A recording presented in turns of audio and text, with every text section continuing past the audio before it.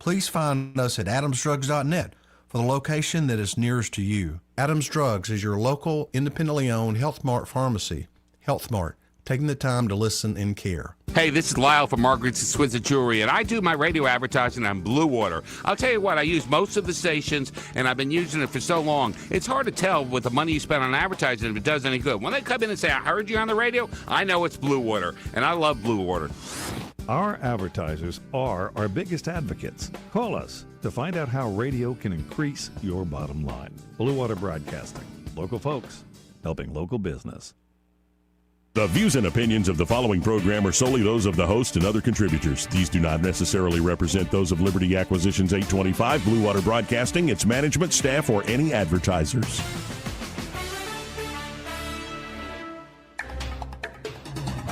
It's time for Montgomery's conversational radio show. It's News and Views on News Talk 93.1 FM. To join the conversation, call 272-9228.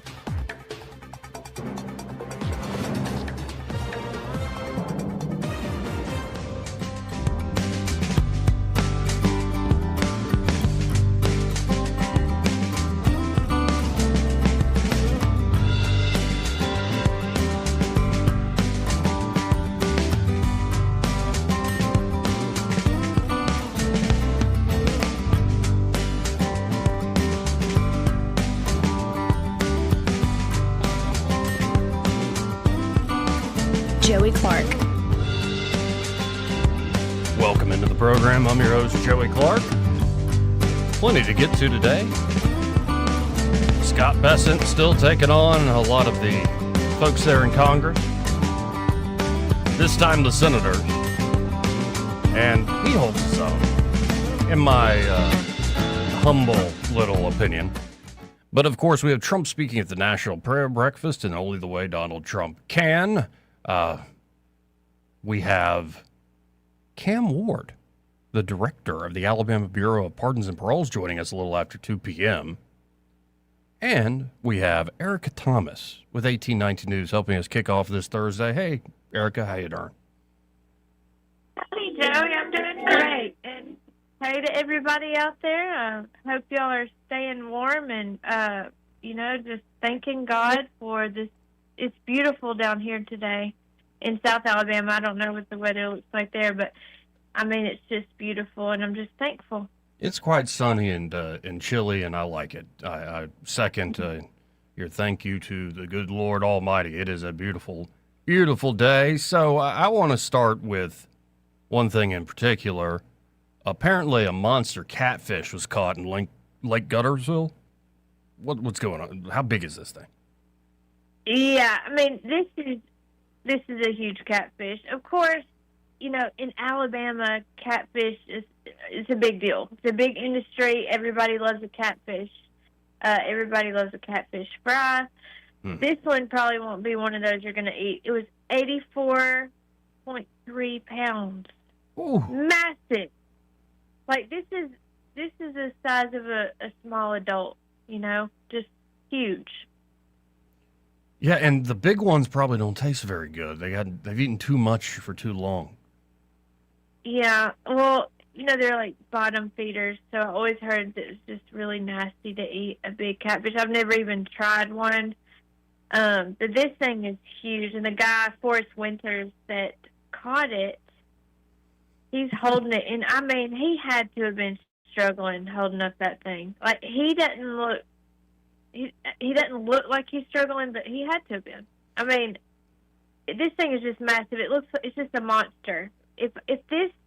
I went fishing just 2 days ago. If I would have had something like this on the line, first of all, I don't think my 10-pound test would have been able to handle it. But also, I would have probably dropped the rod and reel and ran. I would have been terrified if I saw this coming out of the water. Gum. I just pulled it up on the stream. Gum. Yeah. No, well, 84 pounds isn't too much to, hold that way, but it's a matter of just getting it there. It's got to be slippery and, ooh. He had to have had help. He obviously has friends with him that took the picture. You can see in the background they were fishing with fish. That was their bait. Fishing with fish. Yeah, okay. I see how it is. They're cutting it up. They're cutting it up. Yeah, we got and some the videos. friend, you can see, took the picture, and I'm sure you can get up there. Look at the gloves that he has on. These are like heavy-duty gloves because I don't know if you've ever been noodling or not, Joey. No, But- look at me. Yeah, I didn't think so. Right. But when you go noodling, you have to wear like really tough gloves. A lot of people will get like Alabama Power gloves, those kind of gloves. And this was not a noodling situation, I don't think. This was because they have rods in the background, but just to hold this thing, you have to be so careful. And goodness, I hope his back is okay. Well, I just always love, and you in particular are good at finding these animal stories. Animal stories are always a hoot, and they kind of just speak for themselves. Yes, I love anything that's about an animal that's positive. Now, I've already told my editors, if there's like an animal abuse story, I can't handle it. I mean, I will just be out for a couple of days, just down about it. But these positive stories, I'm sure he threw that thing back. What are you going to do with it, Yeah, well, it's been a while since. Do you go fishing often? You just said you went recently, but is that a regular thing for you? Oh, yeah. I mean, very regular. I used to fish in tournaments with my dad when I lived closer to home. And then I live in a subdivision where there's little ponds, and that's what I went to the other day. Just when it got a little bit warm, it got in the 60s, and I was out there. Eddie, you go fishing often out there on the lake? Not as often as I'd like to, but yeah. Yeah, we go. Ever seen a catfish that big? 84 pounds? I got a 50-pounder on my wall. Nice. Yeah. Did you wear gloves? No. Oh, no, I didn't do no noodling. No. No. See, she just questioned my manhood in a very subtle way. Erica did here. Yeah. And I ain't ever been noodling either. I love to watch somebody do it, but then the guys that do it a while, you'll notice they're missing digits, and they usually tell you they ran into a turtle or something, and yeah, I'm good. Mm-hmm. I'm good.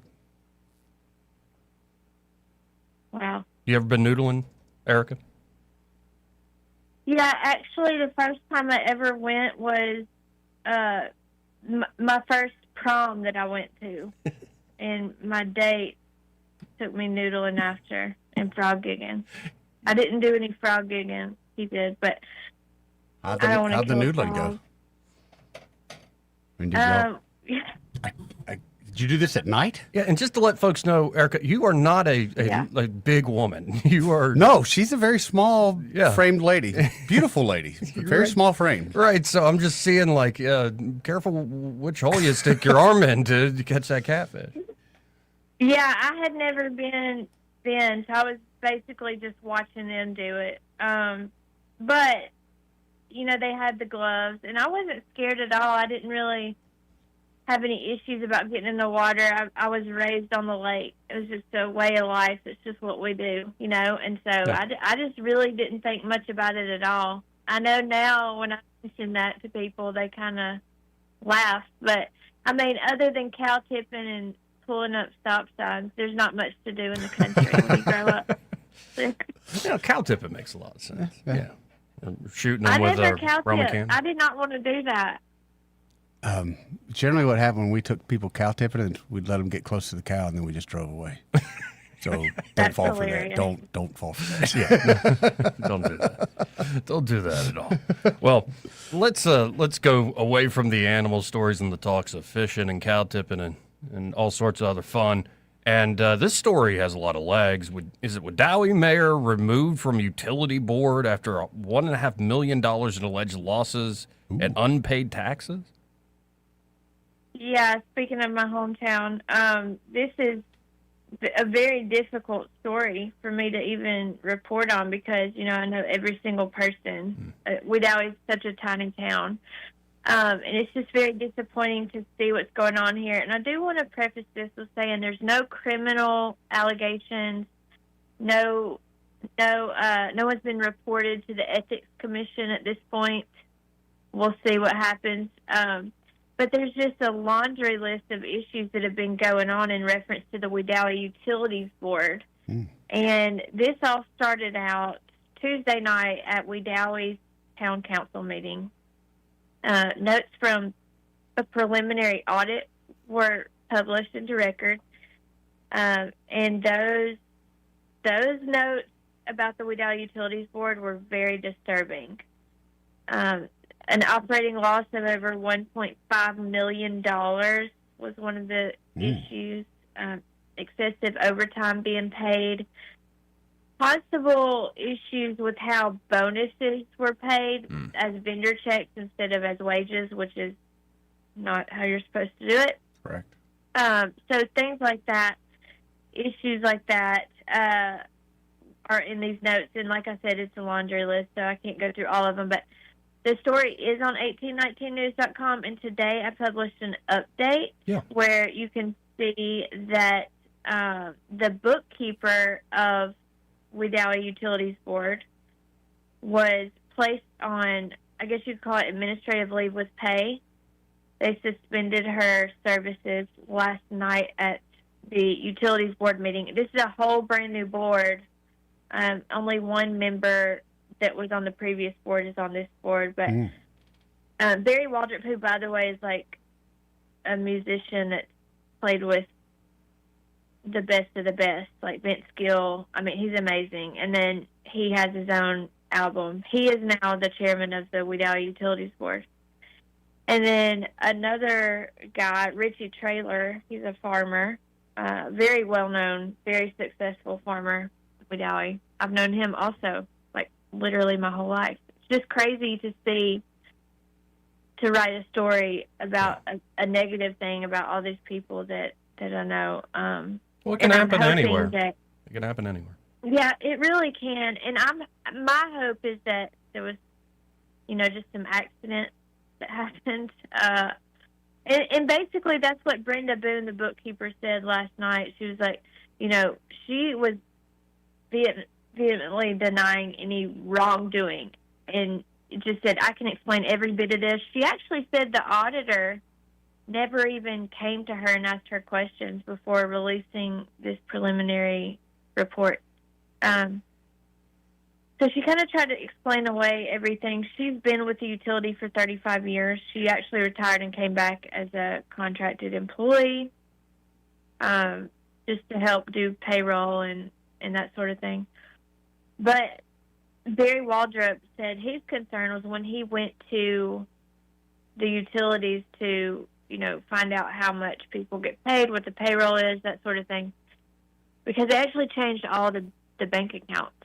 So the former people could not have access to any of this. And the former people, what I mean by that is the former board members, like Mayor Tim Coe, who was removed from the utility board Tuesday. None of them will have access to the bank information now. So payday is today, so they had to get that information. But Barry Waldrop said no one in that utilities board had any idea how to do anything. Only Brenda Boone did. And so that was a concern for him. Yeah, and I mean, it could happen anywhere, like I said, and also smaller towns. People hire their friends. There are only so many folks in a small town, and I don't know. Yeah, you can't get around that. I mean, you're gonna know the people you work with. We're talking tiny town. We don't even have a traffic light. So how many people, give or take? I think the last I looked, it was maybe just under 800. Oh, daggone. Yeah, but I'm going to look it up right now to see what the latest is on that, because I was kind of curious myself. Okay, 751. Oh, you're pretty close. Yeah. So really small. Yeah. Well, and not really growing very much. There's a lake area that's all unincorporated. Yep. So. Well, I still appreciate your reporting, and it looks like a lot of folks across the state reading 1819 News do as well, even though it's got that personal element to you. Could I throw out something I talked with Jeff Port about yesterday, now that you're more living in this part of the state? Are you surprised that Jerry Carl's still pretty dominant in that congressional race down there, despite what should be a competitive race given donations and endorsements and these sorts of things going on? It looks like the old incumbent, after Barry Moore beat him, is still strong there in that part of South Alabama. Yeah, well, I mean, Jerry Carl's been around for a while. I just think name recognition is a big part of this, a big part of the poll, a big part of what voters are going to look for. You know, they know his name. They know Jerry Carl. The other candidates, maybe they don't know as well. And I'm just talking about your everyday voter. They're not going to know who Josh McKee is or Austin Sidwell. But I think as we get closer to that May 19th primary, these people are making more and more appearances. I've gotten to know exactly who Josh McKee is. Rhett Marcus, of course, he's had a lot of attention lately with his Save Our Bay bill that just passed. I know Katie Britt's been behind him, pushing him along the way as well. Mm-hmm. So, I mean, I think it's still too early. Look, 44% undecided in that poll. Yeah, we shall Carl, see. Yeah, Jerry Carl, he loves the area. So, I mean, I think that we'll just see what happens. I was surprised to see how high Jerry Carl's polling, but, yep, May 19th. Well, I'm watching it not just for the candidates themselves, but for all the machinations that happen behind the scenes in terms of money and endorsements. It's a nice test of, let's say, certain different machines out there's strength, I suppose. Absolutely. Now, can I throw Which machine? can I throw something national at you? Absolutely. And it's a clip. This is the President of the United States, Donald John Trump, earlier this morning at the National Prayer Breakfast. Let's listen in together, folks.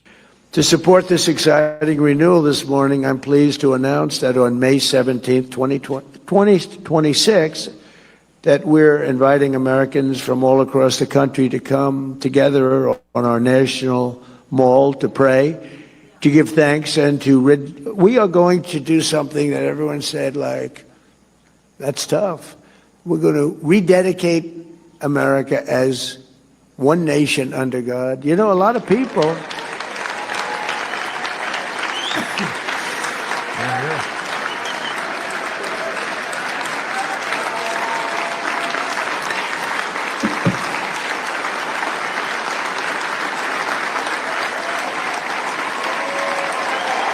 Well, the crowd likes it. Yeah, thank you very much.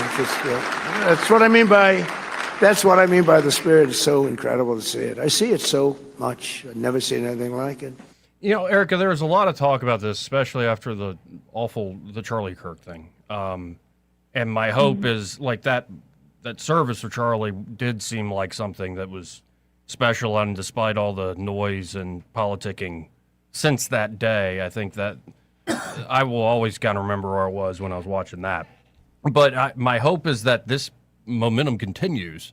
And sometimes, though, if you watch the whole speech, it's like an hour long. We won't be able to play it all, folks, of Trump at the National Prayer Breakfast. He's sometimes the imperfect messenger, but maybe that's the sweet spot. I don't know. But he's constantly throwing jokes about, the pure of heart. I don't know if I qualify there, if I'm actually pure of heart. But what do you make of President Trump and this rededication for America's 250th birthday to One Nation Under God? I mean, this is in our Pledge of Allegiance. We need to get back to that. We need to get back to one nation under God. Our society has got to come back to a moral compass that starts with these faith traditions. And, we have to foster resilience. How else are we going to have that if we don't have something to look to, and that something is God, one nation under God? It all makes sense to me. We have to come together. And I think it's just so, it's such a positive thing to see the president speak of God. And I think I've talked about this before, but right before the election, I went to a faith leaders conference in Atlanta, and Donald Trump was there, and he was being prayed over by all these pastors. It was a very powerful, moving moment. But Donald Trump refused to admit that God saved his life so that he could run the country. And what he said was, I don't know if he did or not. I hope he did.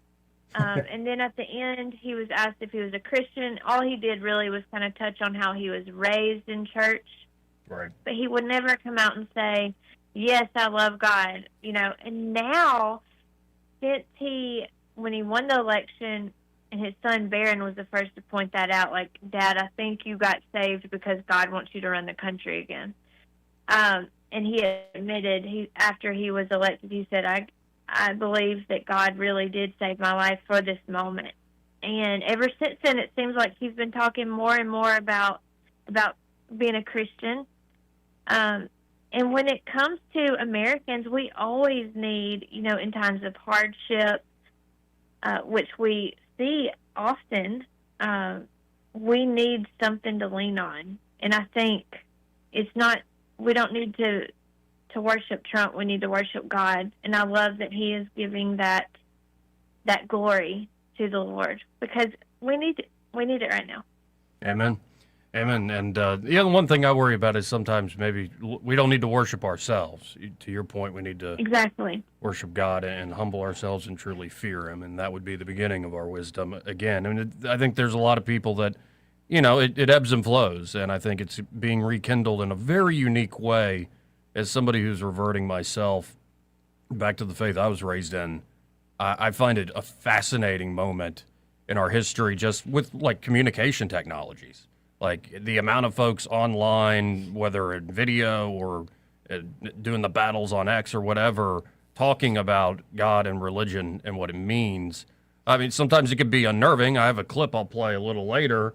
I don't know if you saw it. It's a Presbyterian female pastor who was talking about Jesus would have been an escort to the clinic, to the abortion clinic. So there's a lot of folks where I'm like, well, that's just pure evil. How dare you?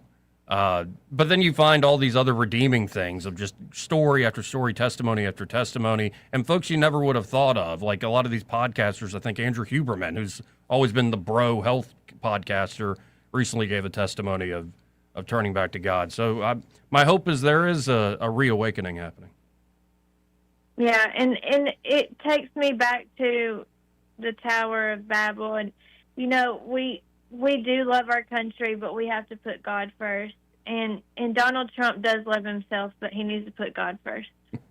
Amen. Well, Erica, I always appreciate your time. And if folks want to check out the work you're doing, what you're up to, how can they do so?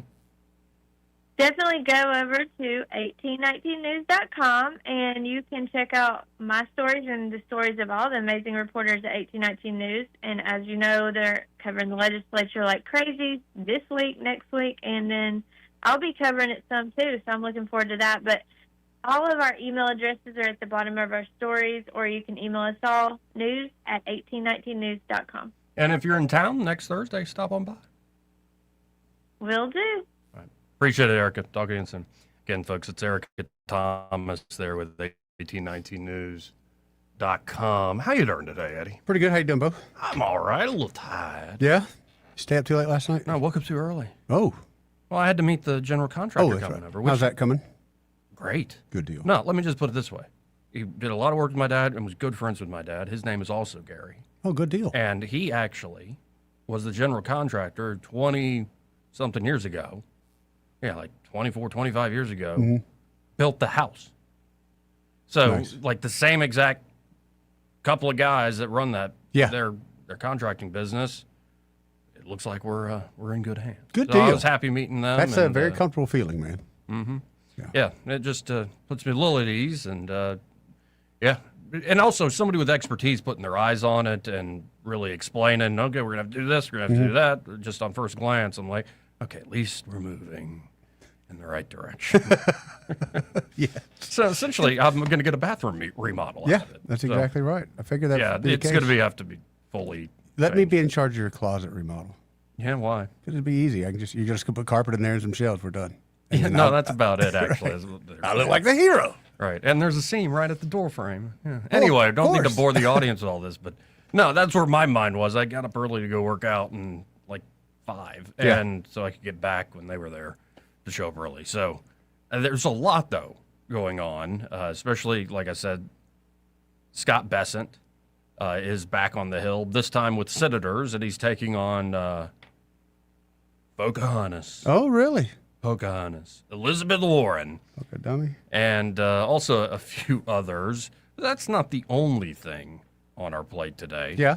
Of course, the Epstein thing continues apace. There's this TikTok trend last night of Epstein dances. Okay. Yeah, oh yeah, and the AI video. So then I went to the comments. The amount of women that say this man is low-key attractive blew me away. Really? Yes. That's what some of these broads are saying? Yes. And it wasn't just like on one or two. You read the comments. I was totally. I was flabbergasted. I mean, Goodness. I thought we were all in agreement that that's not a good person. Well, but think about all the women that fell in love like Charles Manson. Oh, this is true. Right? That's They're true. just there's a reason some women's fantasies have something to do with werewolves. Oh. Why do you think Beauty and the Beast is so popular? I thought it was smart to marry a guy in jail because you always knew where he was at. You got to worry about him cheating on you. You're going to the bar. You know where he's at all the time.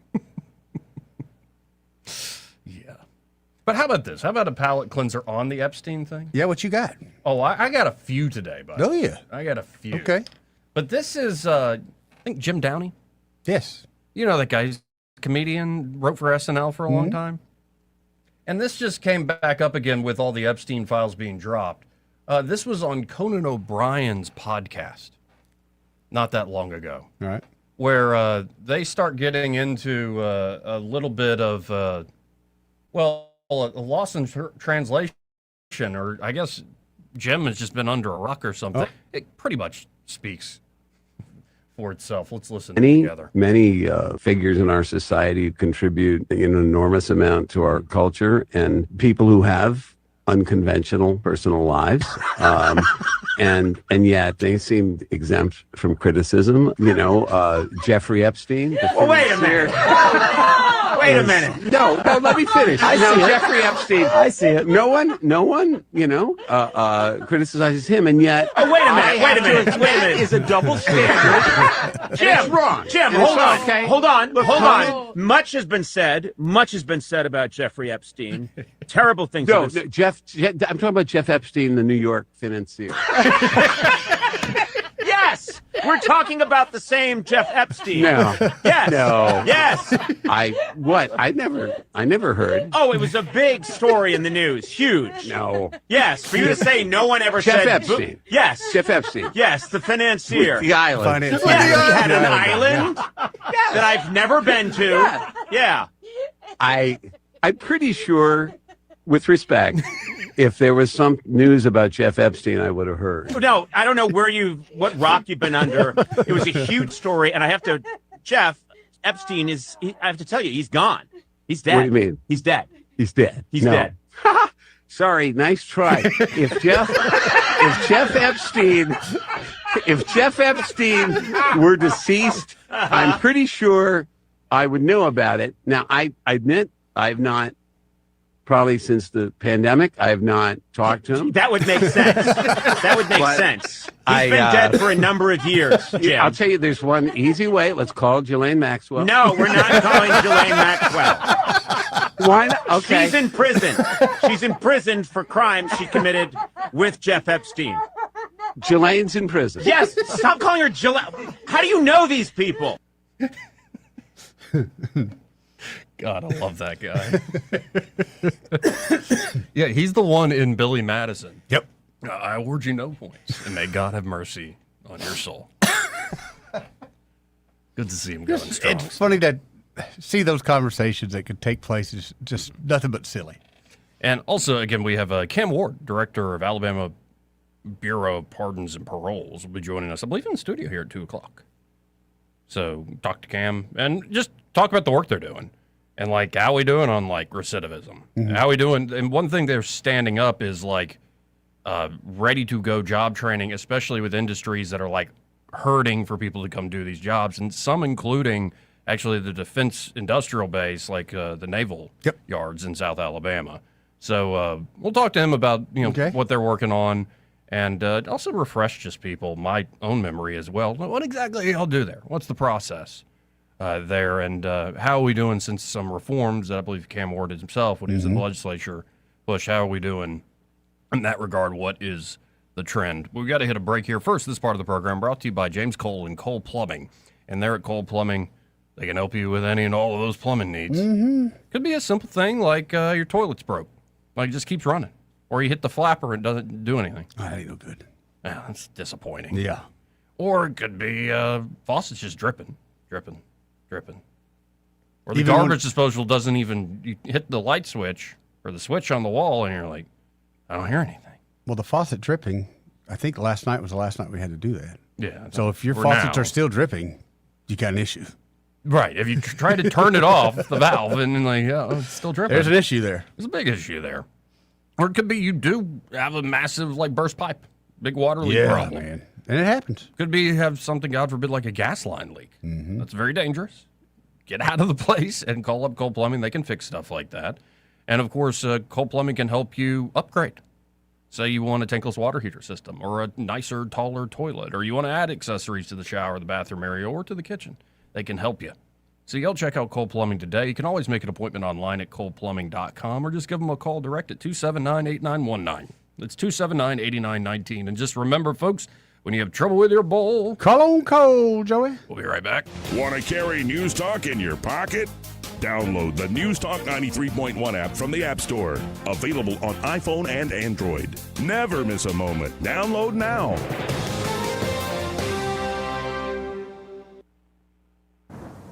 Ugh, time to clean out the gutters again. But I don't want you climbing that ladder. Time to call Leaf Filter, America's #1 gutter protection company. Leaf Filter's trusted pros will not only clean your gutters for you, they'll realign and seal your gutters and install Leaf Filter. With Leaf Filter, you'll never have to clean out your gutters again. Wait, never again? Never again. Because Leaf Filter's surgical-grade stainless steel micro mesh is fine enough to block even tiny debris like pine needles and pollen, while still letting rainwater flow through. Leaf Filter works so well, it's backed by a lifetime warranty. Plus, when you go to leaffilter.com/block, you'll get a free gutter inspection and up to 30% off. Wow. So no more climbing that ladder. How do I sign up? To get this special radio offer, go to leaffilter.com/block for your free gutter inspection today and get up to 30% off. That's leaffilter.com/block for up to 30% off. leaffilter.com/block. This is your roving reporter. Today I'm talking with a prospector. That's right, man. I'm prospecting for gold. You dig? No, but it looks like you do. And you know the first thing I'm going to do when I strike it rich? What's that? I'm going to hire David Ernest to be my money man. You mean everyone's favorite asset preservationist? That is correct, man. I'm going to call him up at 833-596-7233. 833-596-SAFE. You know, I've heard a lot of good things about David Ernest. You know, he's the best money man around with over 40 years of experience. Experience is necessary, especially when you're digging for gold. That's right, man. And I can see that you don't have very much experience. What do you mean, man? Well, you have the little plastic bucket and shovel like a kid would take to the beach. Yeah, man, well, I want to start out small and then kind of pace myself up until I strike it rich. Well, maybe you should call David Ernest first. You think he's got a shovel? Never know till you ask. I dig, man. It's a fact. Guys hate going to the doctor. But when it comes to erectile dysfunction and low testosterone issues, men from all over Montgomery have been thrilled seeing the providers at Montgomery Men's Health. Men all the way up to 95 years old have jump-started their sex drive and energy levels. Lots of men suffer with ED for years, but now they're able to enjoy sex again. Tom from Montgomery said, Montgomery Men's Health has changed my life. I have been able to be intimate with my wife for the first time in 5 years. She thought this problem was because of her, but the pills never worked for me. I had given up until I went to the clinic and realized there were more options for erectile dysfunction. Now I'm happy and my wife is happy. A visit for only $99, and that includes all testing, including a PSA and testosterone test. Give the guys at the clinic a call at 334-440-3663. That's 334-440-3663. Or go to montgomerymenshealth.com. Rich Thomas Weather is brought to you by Wiley Sanders Truck Lines. Go to work for a family that puts God and family first. Wiley Sanders is looking for experienced dump truck drivers. Call them today, 855-777-9785. Drive for Wiley Sanders Truck Lines and be part of the family. Rich Thomas Weather. Well, hi, everybody. We're dealing with a minor temperature setback today with high temperatures only up to about 47. A sun and cloud mix, then mostly sunny later. Another freeze tonight. Mostly clear skies. Overnight low temperature down to about 29. And then get ready for a nice temperature rebound. First, lower 60s on Friday and Saturday. Then maybe upper 60s on Sunday with plenty of sunshine. What a great February weekend. And maybe 71 with more sun by Monday. We definitely deserve this February thaw in our future. From the Blue Water Weather Center, this is Rich Thomas. The premier place the River Region turns to for news, weather, traffic, and opinion. News Talk 93.1 FM WACV. On that momentous day in 1776, this is so much easier. You know, it takes real talent to the other. The other's much more talent, but that's why we're president, I think. But we have very important words to say. This is such an important group, and we have plenty of time to say it, because when it comes to religion, I have all the time. I'm one of the few that say we have all the time in the world.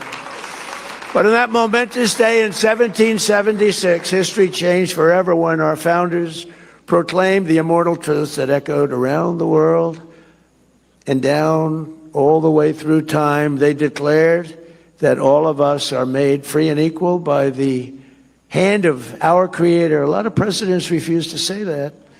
They refuse to say that. Some refuse. Some major politicians refuse to say the word God. They don't want to say it. I say it. That we are endowed with our sacred rights to life, liberty, and not by government, but by God Almighty Himself. And those words rang out from Philadelphia and launched a revolution, not just in America, but in the hearts of all humanity. The principles of the Declaration of Independence, which is one of three, sitting right beautifully in the Oval Office. I took it out of the vaults, and it's beautiful. It's beautifully protected, and it's a magnificent document.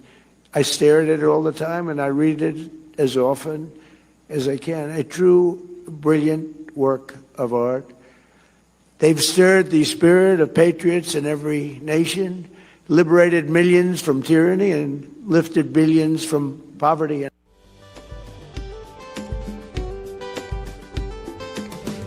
Again, that was President Trump this morning at the National Prayer Breakfast. And throughout, as he was at moments like that being serious, you heard the beginning of the clip, he was cracking himself up and making all sorts of little jokes, kind of winking at the fact that he doesn't quite fit the bill in a lot of ways. Not But quite. let's go to Paul. He's been very patient here. Hey, Paul, how are you? Well, hello, Joey. Hello. We got echo. What you talking about, Willis? But, yeah, somebody caught it because it didn't echo again. What you mean calling me Willis? What's wrong with that, you young whippersnapper? Don't make me come down there. Yeah, I just trailed in there and caught the last little bit about that. The first thing I caught when I turned the video on was talking about catfish snoodling. Yeah. Oh, my goodness. Are either one of y'all familiar with Jeff and Hannah Barron? Oh, yeah. YouTubers? Oh, yeah. Definitely seen that. Okay. Y'all were talking about how petite the young lady was. And I'm like, y'all got to see Hannah wrestle a catfish out of one of them hoes. She's very impressive. Very impressive. Yeah, Hannah's strong. Yeah, she is. Country strong. In a good way. Yeah, country strong. Very attractive. Well, Mhm. she yes, and she works out on a regular basis, really.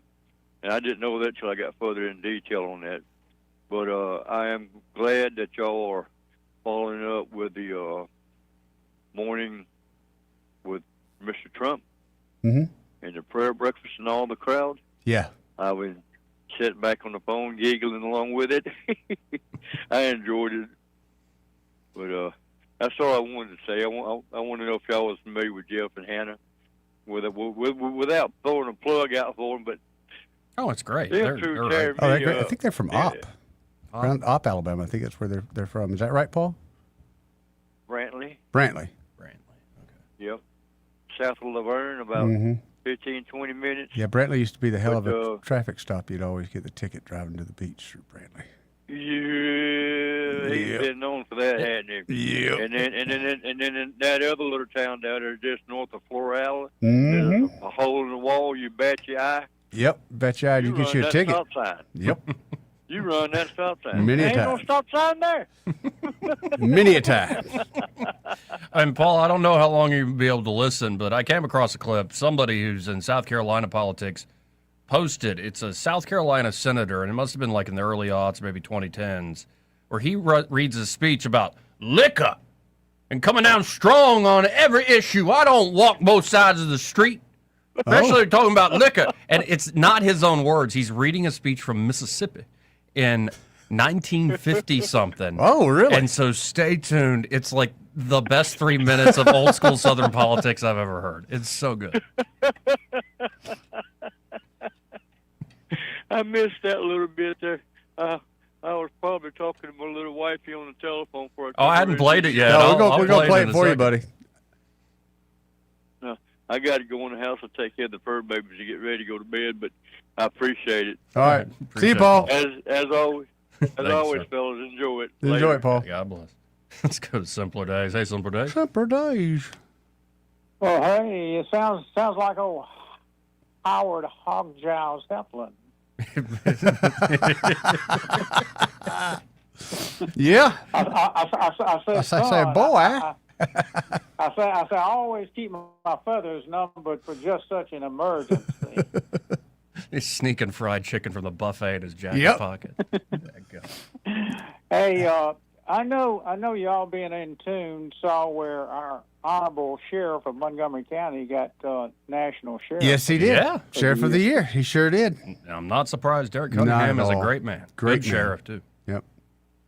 Well, we just don't know how lucky we are with what's going on all over the country and Right. and leadership in law enforcement, and to have him here in this county and being able to oversee. And the thing about it is, it's like we were talking about yesterday. It's all about leadership. Yep. You know, there's a reason that the sheriff's department is at full capacity and has a waiting list for sworn officers. There's a reason that their 911 center is fully staffed. There's a reason that they're not riding around in 2011 patrol cars. And it's all about leadership. That's it. And they want to, over at the city council, current so-called leaders, the mayor in particular, I think they want to take out a big old loan on a bunch of money because, you know, that arena dream of theirs and tie it to Jackson Hospital funding. I don't know if it's going to actually happen. No, quit tying that funding to But stupid stuff. especially man. with the amount of vehicles in disrepair, as you pointed out to Szymanski the other day, it's just a mess. And I know Derek Cunningham. Derek might hate. I'm sorry, Derek. I'm going to say it. I would love if that guy, if he was interested, would be mayor of this city. Why do you I want to think- put that upon him, man? I know. That's why I said sorry to begin with. But he's a leader. Like he you is a said, leader. Simpler Days. And he would be wonderful he'd at be the awesome. job, but yeah. Well, they would have to change the city council, and they would have to give him, you know, the blank check to do it, and give him just like they did, you know, Nick Saylor, and they've done other people, and say, okay, fix it. Here's what we need. Yep. We'll get out of your way. Get out of the way. But they're not going to do that. So, but it is a good pipe dream, and I guarantee you, if you flipped it today, gentlemen, and put him over the police department, you would see a dramatic change. Oh, no doubt. No doubt. Y'all have a good day, gentlemen. You too, See you, Simpler Simpler Days. 272-9228. In a second after this quick break, I think I'm going to go to that speech. And it's done in a certain way. Like, it's done in a very over-the-top way. Before you go to that speech, I'm going to check your man card again. Who's playing the Super Bowl this week? I don't even know. Patriots and somebody else. Seattle. Seattle? It took me till 10 o'clock That's last night. not even a man card thing. Seattle. Oh, Seahawks, man. Come on. The Seahawks. Come on. Joey. The Seahawks are playing the Patriots. They're vicious this year. Let's go, boys. Super Bowl time. All right, so much for checking the main card. My bad. And did you see that Bad Buddy's playing halftime? I can't wait. No, you can't do that voice. You're not. I'm not good at that. Plus, at my age, it's very important to stay very masculine. Is it? Yeah. Yeah. I'm already too far gone. Anyway, this part of the program brought to you by. I got tickled myself there. I'm trying not to do that as much because of the good Lord above. He doesn't like that. Stop tickling yourself, Right, young man. buddy. Anyway, this part of the program brought to you by Bo Goodson and the Goodson Group. And they're at the Goodson Group. Bo and his team can help you whether you're looking to buy or sell property or house here in the Montgomery and surrounding areas. Bo has been helping buyers and sellers in the River Region real estate market for about 50 years now, half a century. And not only can they help you buy and sell property there at the Goodson Group, they have management services available should you want to rent out your home, which is a great idea in this market. Oh, yeah. Especially this current market. If you are on some property and you're like, no, let's make this a rental investment, but don't try it. If you don't know what you're doing, go with the Goodson Group. Come on, for a reasonable fee. It's a pain in the butt to manage a property, especially if you're starting from square one. So check out the Goodson Group today. You can always go online, learn more at thegoodsongroup.com, or give them a call direct at 334-551-0225. That's 551-0225. Bo Goodson and the Goodson Group. Great sponsor here of the program. We'll be right back, and we're going to listen to a little speech about being consistent. Okay. And liquor. He may not know whether he's coming or going, but whether you're going to work or coming home, Greg Budell is there. Mornings 6 till 9 and afternoons 3 till 6. Only on News Talk 93.1 FM WACV. For too long, Alabama's statewide news companies have shamed us for our conservative Christian values. Alabama deserves a news company that cherishes our culture, a company that isn't bought and paid for by the powers that be. 1819 News is that company. Run by Alabamians for Alabamians, 1819 News celebrates what is good and beautiful about our state, while exposing those who work against our values in secret. Just go to 1819news.com to learn more. Subscribe to our newsletter. That's 1819news.com.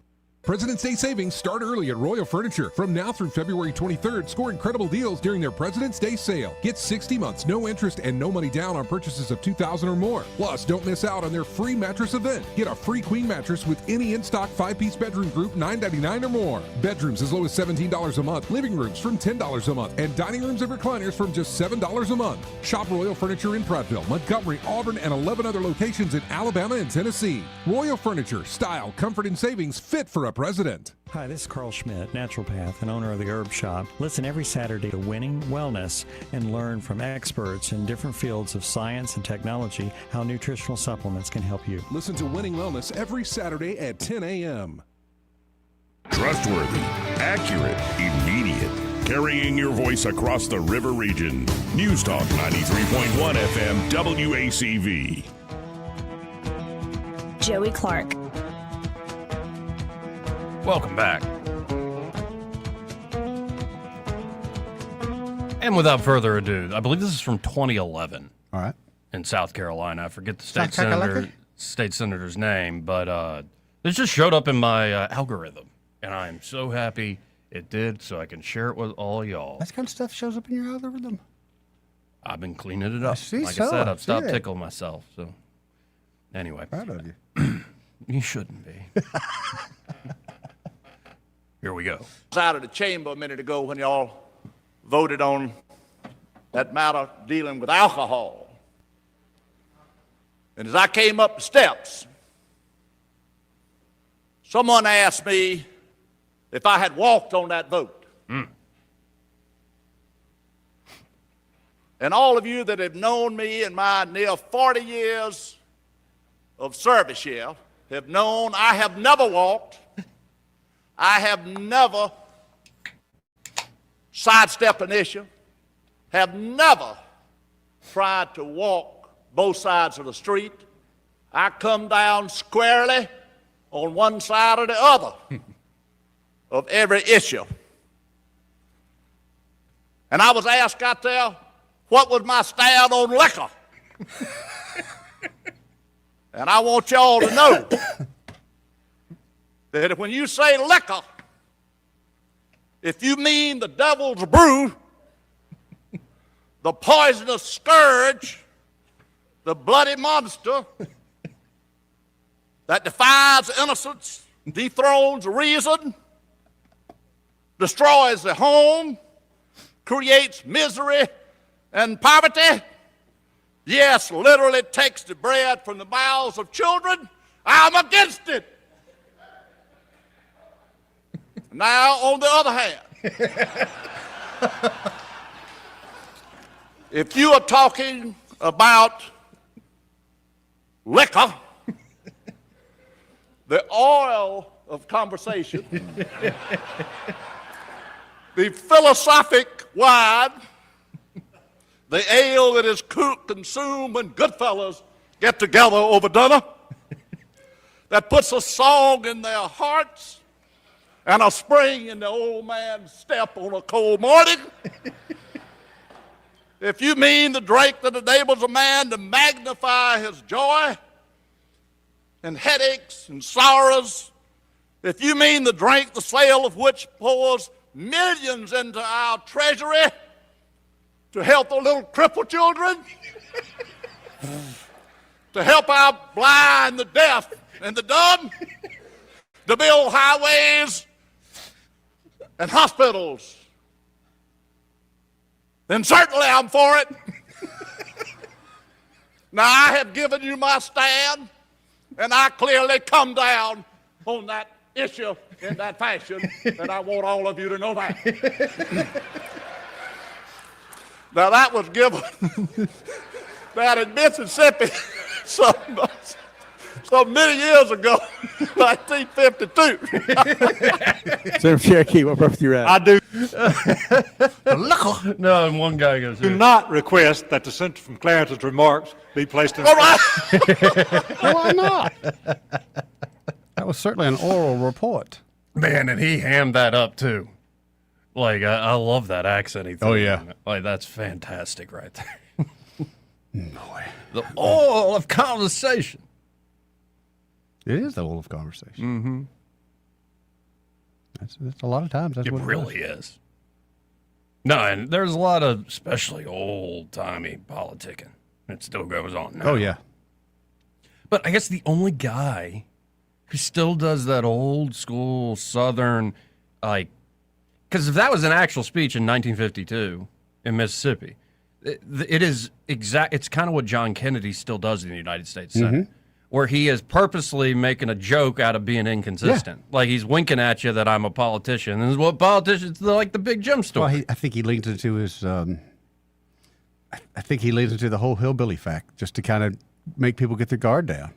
Man, and then they come back going, "Damn, I got a little bit sharper than I thought." Yeah, and I think that's Kennedy keeps that sort of style alive, and I freaking love it. Yeah. Anyway. Great accent he's got, though.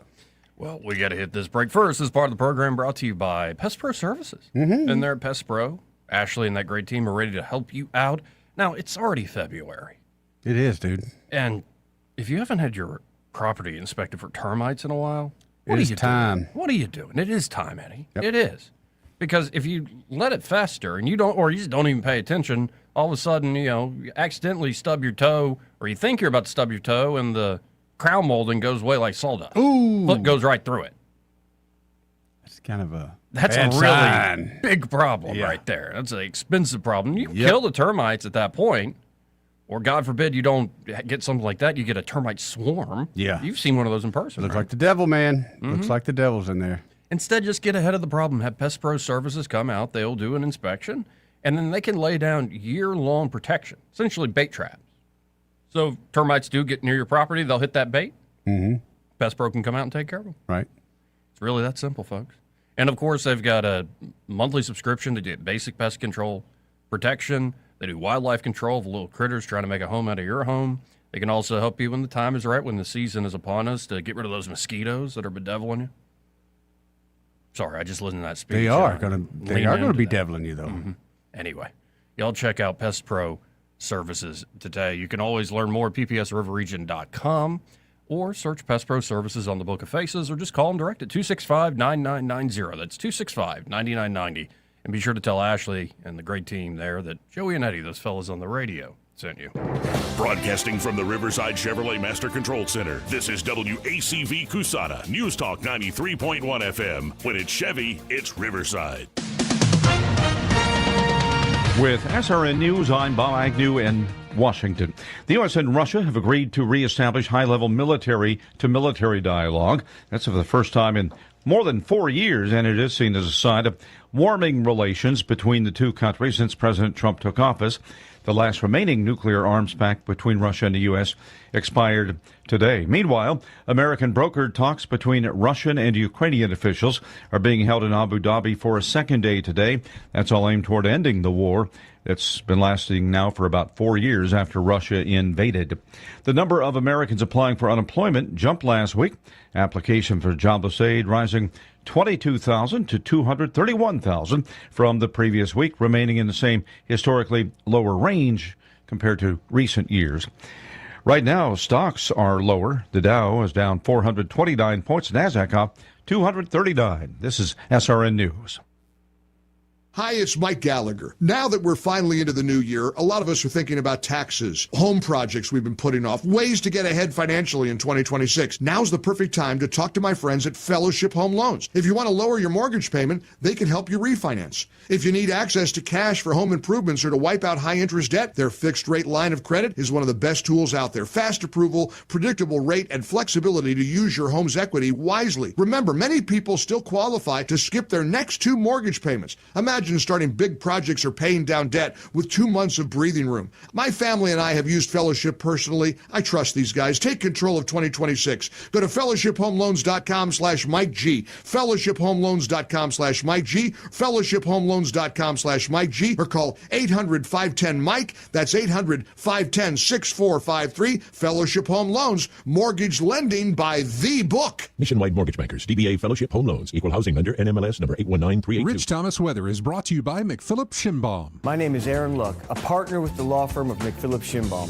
If you or someone in your family has been seriously injured by the negligence of someone else, call me directly. 262-1911. Rich Thomas Weather. Well, hi, everybody. We're dealing with a minor temperature setback today with high temperatures only up to about 47. A sun and cloud mix, then mostly sunny later. Another freeze tonight. Mostly clear skies. Overnight low temperature down to about 29. And then get ready for a nice temperature rebound. First, lower 60s on Friday and Saturday. Then maybe upper 60s on Sunday with plenty of sunshine. What a great February weekend. And maybe 71 with more sun by Monday. We definitely deserve this February thaw in our future. From the Blue Water Weather Center, this is Rich Thomas. CB&S Bank has digital banking solutions to help you keep up. Check balances, pay bills, and much more. Learn more at cbsbank.com. Charges and fees may apply from your cellular service provider. Contact your service provider for information. Member FDIC. From the Blue Water Broadcasting News Center, here's today's top stories. 1 month after a deadly fire claimed the lives of 3 residents, the city of Montgomery is reinstating its lawsuit against the owners of Woodley Terrace Apartments. In a unanimous vote, the city council cited ongoing safety concerns and continued complaints from residents. The move could ultimately lead to the property being condemned. Governor Kay Ivey has awarded grants to fight poverty and help low-income residents in the state. The block grants totaling $4.5 million would go to 18 community action agencies throughout the state. Locally, the Montgomery Community Development Corporation will receive over $229,000. Actor and comedian Orlando Jones will be the featured speaker for the 126th Founders Day at Alabama State University. Jones' acting credits include television shows such as Mad TV and American Gods. He was also the spokesperson for 7-Up. The event will take place tomorrow at 10 a.m. in the ASU Acadome. From the Blue Water Broadcasting News Center, I'm Sky Mosley. This hour of news and views is brought to you by our good friends at Alabama Home Mortgage. Alabama Home Mortgage, 567-4223. Visit them on the web at myalabamahomemortgage.com. NMLS number 1586368, an equal housing lender. pizza and wings. Nothing goes better with watching basketball than with something to fill up the family from Pizza Perfect. Buy any large pizza and get 10 boneless wings for free. Absolutely free. Pizza Perfect is known for their all-you-can-eat buffet that includes pizza as well as spaghetti, breadsticks, salad, dessert, and drink for only $13. The buffet is available Monday through Saturday for lunch and for dinner on Tuesday, Friday, and Saturday. Pizza and wings from Pizza Perfect in Eastbrook. The views and opinions of the following program are solely those of the host and other contributors. These do not necessarily represent those of Liberty Acquisitions 825, Blue Water Broadcasting, its management, staff, or any advertisers.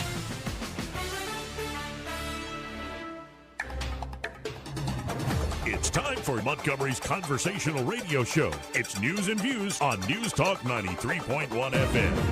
To join the conversation, call 272-9228.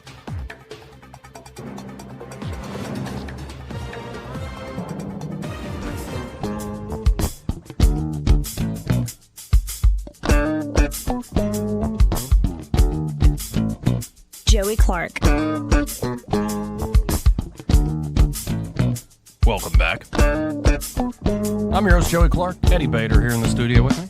How you doing, man? Doing all right. Getting a little nervous. What do you mean nervous? Valentine's Day's coming up. Big day for guys like you, right?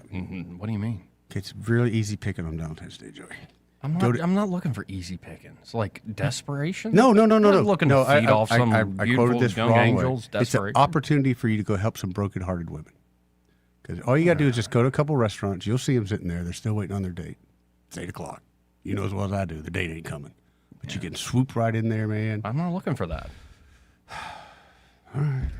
What, are you the type of guy who only bets on sure things? Sometimes, yeah. Well, that's called cheating. That's not. If you ain't cheating, you ain't trying. You really are in real estate. And I'm not talking the business side, folks. Sorry. I just know, it's not just talking to this guy. I just know too much. I know way too much about that world. Anyway. Yes. Let's go to Eric the dog. Hey, Eric. How are What up, you? Eric? Hola. How you doing, bro? All right. Hey, Joey, don't knock Eddie's advice there. Just take a page out of his book. Throw on you a bikini, bottom right there, and throw you a cowboy hat on, and let that mullet ride, and then get you. Don't forget them aviator glasses either. Yeah, you need the aviators. That is important. I don't have aviators. You don't have any aviators? I got like these right here. Yeah, those work. Those work. That's not aviators, though. See? Well, There we go you to go. Walmart. That's We get fine. a pair. The general idea will work. You know, get some of them mirror sunglasses. It works. Bring you some flowers. I think you got a shot, buddy. I do too. Just keep these on. I think you have to call in sick the next day. I don't want a shot. I don't want to, like, you know what? I was driving over and I'm like, what's wrong with the friend zone? What's wrong with the friend zone? As opposed to, like, Nothing. you know, Nothing wrong with the friend STD zone. venereal disease. Nothing's wrong with the friend zone. Right. And Wow. and What are you regret. talking about? Yeah. Friend zone's great. Everybody loves the friend zone. Were you playing Marcel Ledbetter earlier? I feel like Jerry Clower was on the radio. Hey, that gentleman from South Kakalaki. You're talking about liquor. You mean the oil of conversation. Hey, that's all you said was one of them. Yeah, buddy. That guy was hilarious. But you know what? That's pretty much politics right now. It is. Yes, it is. You apply that to you can apply that to the immigration thing, and I mean it's the same thing. The same people that are hollering about it now was advocating it for not too long ago, and I'm pretty sure you can find everybody in that boat. Well, we have our own unique new ways where politics is made kind of silly and fun. Trump's done that. I think a lot more of the fun has definitely happened on the right, on the Republican definitely. side. You still got some old school. Yeah, we've had a laugh for our bores. But did y'all see that the guy, Vance, ShamWow, he's running for Congress in Texas. Not the guy we played on the other day? No, the the real actual ShamWow guy? Vince from ShamWow is running for Texas in Congress, and his ad oh boy, is crazy. Like ShamWow crazy? Like, I'm going to protect the unborn, and that's how the ad ends. And it's a great thing, and it gets your attention, but it's a picture of an ultrasound. And then all of a sudden, the baby's head turns in the ultrasound and goes, vote for Vince! Oh, wow. Wow. I'll play it here in a You second. gotta play that. That's better than Philip Malfa farts. Yeah. Actually, I think it's a genius ad for our It day. is. You talk about getting your name out there? That's going to get your name out there. No, you talking about the bloody monster. Woo. Man. Takes bread from the bowels of children. I might have listened to that a few times. No, and he does. For a minute to get the alcohol, so. Yeah. And he does this ad. Here, I'll just play it if you want to listen on the phone here, Eric. Yeah. This is Vince ShamWow, and he does it like he's doing a ShamWow commercial. I figured he's got that energy. Like he's got the little Meth head mic energy? on his Oh, he's got that too, face. yeah. Yeah, like it's like he's doing one of his infomercials. So let's listen in. 30-second real political ad, really real is him. candidacy in the state of Texas. Hey, it's Vince. I'm running for Congress against this guy. Stop having a politician that's worse than Biden. That's discretionary funding. Instead, vote for me, a guy who's not half dead. I'm gonna soak up the swamp, clean the house, and pick up those liberal tears at the same time. I'm gonna slap chop the nuts out of the woke, making less blue-haired commies and more red-blooded Americans. Vote for me so I can represent you and the ones that can't stand up for themselves. Vote for ShamWow! Paid for by Offer Vince ShamWow Shlomi for Congress. Is that a real deal, Joey? Yeah. And did you see the baby in the ultrasound? Yeah. Saying, vote for ShamWow! Okay, he shouldn't have to do Just all makes that. me worry, wonder. Just play the clip of the old man that he's going against there. And jeez. I hope he wins. ShamWow? I hope he wins. I hope Dude, it's that's up gonna there be with a good- he'll be up there with George Santos. Yes, exactly. That's all I can see with this guy. Very George Santos like. That's hilarious. And I think he's got a few drug My only problems. question is where is he going to clean that? Where's he going to clean that ShamWow ad at? Where's he going to drain it at? I know this. He's going to get cocaine off the street, 1 gram at a time. Yeah, because there's no cocaine in Washington, D.C. He probably don't even like it. He just likes the way it He loves the way it smells, though. Yeah. Well, and I cut mine with a little bit of baby powder. Just to stretch it out. I'm microdosing. for the children. Just a quick little snippet. That's why they had all that baby powder in Texas. Mm-hmm. It all makes sense now. Man. They weren't keeping it from the babies. They were supplying the cartels. Apparently. I mean, what a genius move. Got to step on it somehow. Well, all right, fellas. I mean to sidetrack y'all. Y'all are a serious news show now, and I don't want to detract from that. Well, it was good to talk to you, dog. Appreciate it, Eric. Keep listening. You'll just be disappointed soon. No, I'm in one of those moods where it's like, and my feed was rewarding me. It was giving me funny thing after funny thing. Yeah. You want to do another funny one? Dopamine? This is a short clip. You getting dopamine dumps? Yeah, man. Okay. Now, this is a short clip. One of my favorite members of Congress is Tim Burchett. Yeah, Burchett's pretty good. Tennessee, right? Yeah. He's on Sean Ryan. Really good on Sean Ryan. And I guess he's on with a guy named Carl Higbee, who's an anchor on, what's the channel? Vice? Newsmax. Oh. And so, you know how Burchett is always wearing that jacket? Just gonna that say, is he- Carhartt jacket? Is he kind of mocking him? No, he's not mocking him. He's showing his love for him. Okay. Is what he says. And Okay. Burchett's response, well... Burchett ain't got a hoodie. Straight men probably shouldn't say stuff like this, but let's listen in. All right. Tennessee Congressman, member of the House Oversight Committee, Tim Burchett. Sir, I know you can't see the refeed, but I put my Carhartt jacket on because I love you, sir. I heard, and that my love for you is unconditional. In Tennessee, it's possibly unconstitutional.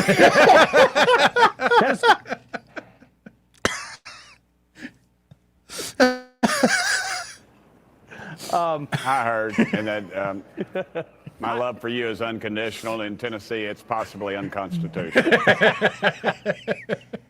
That's just a great line. My love for you is But that's why I unconditional. like the guy, man. And here in Alabama, it's probably unconstitutional. Mhm. Possibly. Possibly. I like Burchett. Yeah.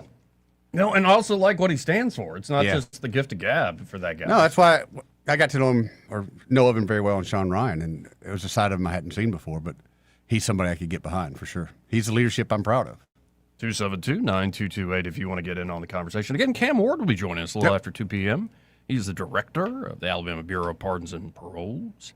And, Yeah, because we often focus, when we do focus. Yeah, it works every time, 60% of the time, on crime, like what's happening in the streets and like the arrests and the number of police and stuff. Yeah. But it's good to look at the backside of that.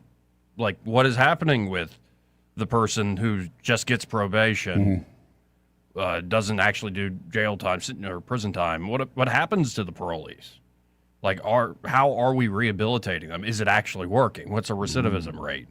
They also have this mandatory release thing where it's you get out early, but like a few months early. And it's highly supervised, and it doesn't include violent criminals or anybody done something wrong to a child. But like, say, you're in for 15 years, and I might have this wrong, but it's going to be like a few months early if you've been behaving and you did the programs, and they'll let you out early. But it'll be an interesting conversation with Cam because he's been looking at this for decades now, while serving in the legislature, and now he is a cabinet member. Be good to talk to him because there's a lot of questions when it comes to that. You got history? He got history in the job. Oh, okay. I thought you said you had history with him. I do, but not with him. Oh, okay. I was about to say, what have I The done? Pardon Paroles Board, Joe. What have I set up here? Oh, no. So I'm going to give you the next choice. All right, what you got? Because we got a lot today. All right, what we got? Some I've had all week. Josh Hawley really roasting the chief executive of Netflix about the transgender stuff. Okay. Also, Senator, I believe, Eric Schmidt. Schmidt, yes. Tells off the co-president of a woke Soros NGO trying to block and tackle for the Somalians who are like fraudsters. This would be a good one. I've seen. You want to do that I've one? seen part of this, yeah. Okay, well, let's go with that one. Okay. Because there's just so much going on in the Congress. The theater is what I'm learning to. I think that's laugh why at. you went from WWE into politics. It wasn't a hard jump for the theater to take, No.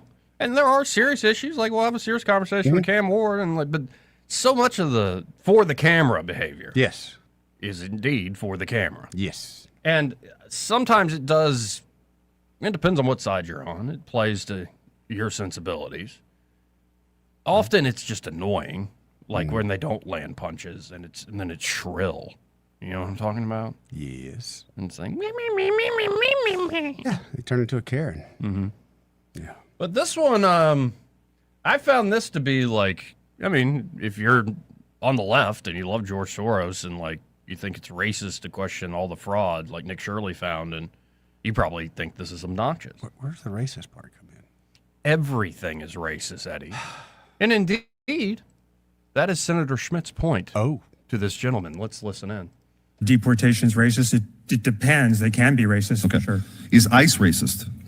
I think the practices of ICE right now are abhorrent and should be abhorrent, exactly as you said, for American values. I think the practices of ICE right now are... But ICE itself, the organization, is a racist.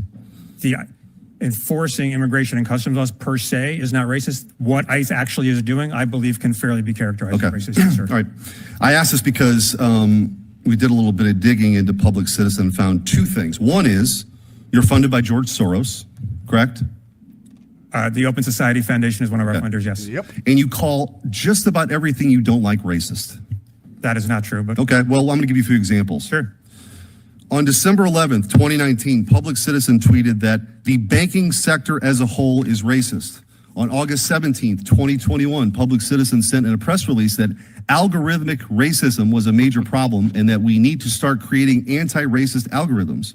On December 23rd, 2020, Public Citizen tweeted that our healthcare system is a racist abomination. On April 17th, or on April 7th, 2023, Public Citizen tweeted that expelling two Tennessee state reps for violating the legislature's rule was racism.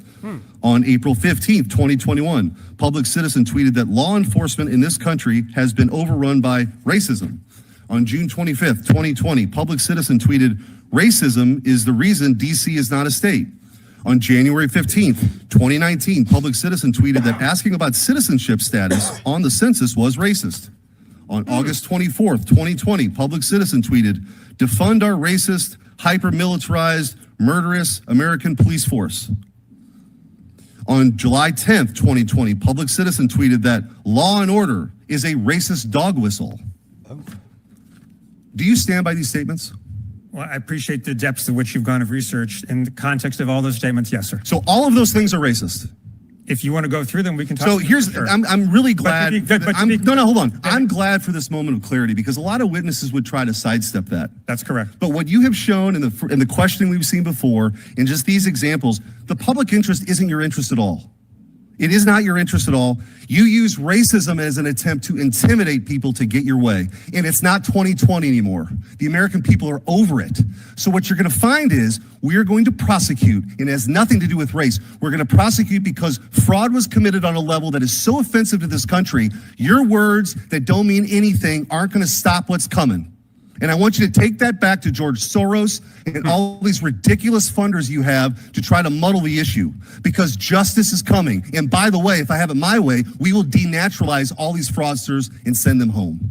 Mr. Chairman, I'm out of time. That wasn't bad. No, I don't have a problem with that at all. Like You tell that George Soros. You tell him. You tell him when you go back and all your other silly little funders. It's funny when he said everything you didn't like is racist. No, it's not. Well, here. He listed a lot of stuff. Well, yeah, all those things are racist, yeah. Right. All those things are definitely like. This is what I mean. Everything is. Everything's that way. racist. Right. Then how do we ever fix it, Joey? If everything's racist, how do we ever fix it? I don't think we do. Yeah. Well, actually, the way you fix it is you let the left win. No. Full on socialism, baby. That'll fix it. Can you give me an example where that's worked somewhere in the world before? What was the question? Yeah, that's what I thought. Yeah. Hey, but Cuba? Yeah. I'm going to give it mid-March. It'll be over. Mid-March, you think? Mid-March. The regime in Cuba cries uncle. I don't think they can go that long. Yeah, I think they are feeling it right now. Yep. Pack your bags, buddy. And apparently, Trump and Rubio are saying, like, no, we're talking to them every day. Yeah, reminded them. Mm-hmm. Like, we're here. Hey, 3/4 of your country don't have no power right now. Things have changed. Yeah. Like, you can have a normal country. Yep. Change things up. Hey, can we get press badges? If they open up Cuba, could we get press badges and we can go over there and kind of do some reporting?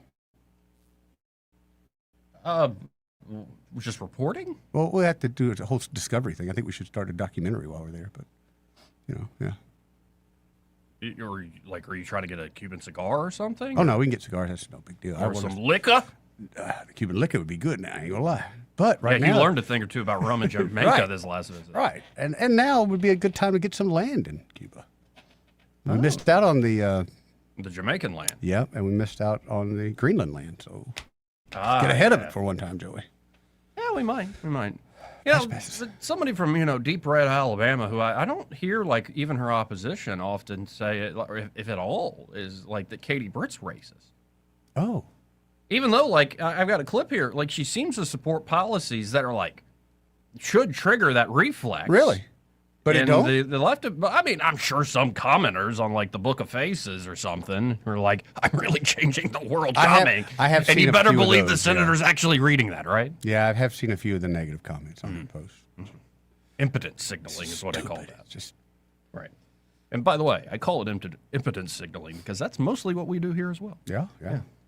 We're trying to change the world.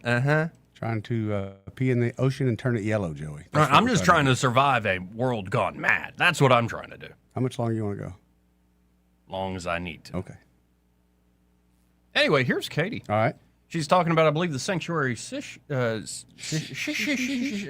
situation. Okay.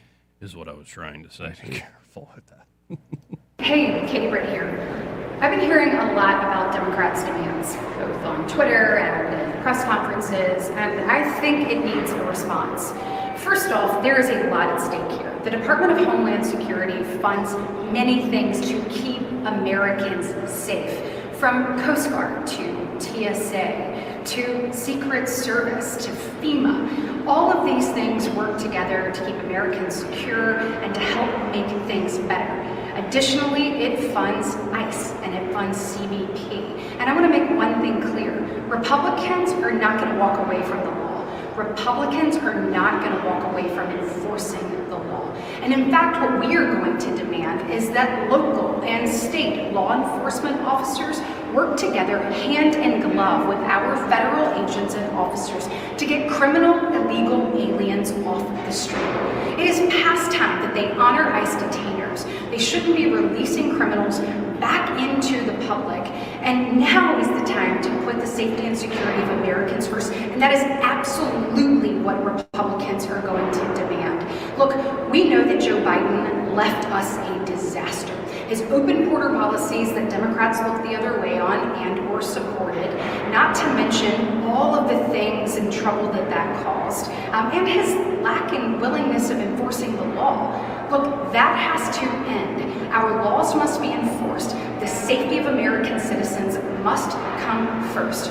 We're going to do that, and we're going to do it the right way. And we know that America will be better as a result. And that, I guess, was from some echoing cavernous Senate building. Yeah. But yeah, I see Chuck Schumer go, well, it's Jim Crow. What you're all trying to do with, like, the voter ID stuff is Jim Crow. Or so you get, instead of just outright you're a racist, you're doing, like, really racist things. But didn't we have a report yesterday where it even showed blacks, white, even Hispanics are all above the 50% mark on requesting over voter ID? 75% right. mark on all those groups. So I'm missing something here. Where's the fight?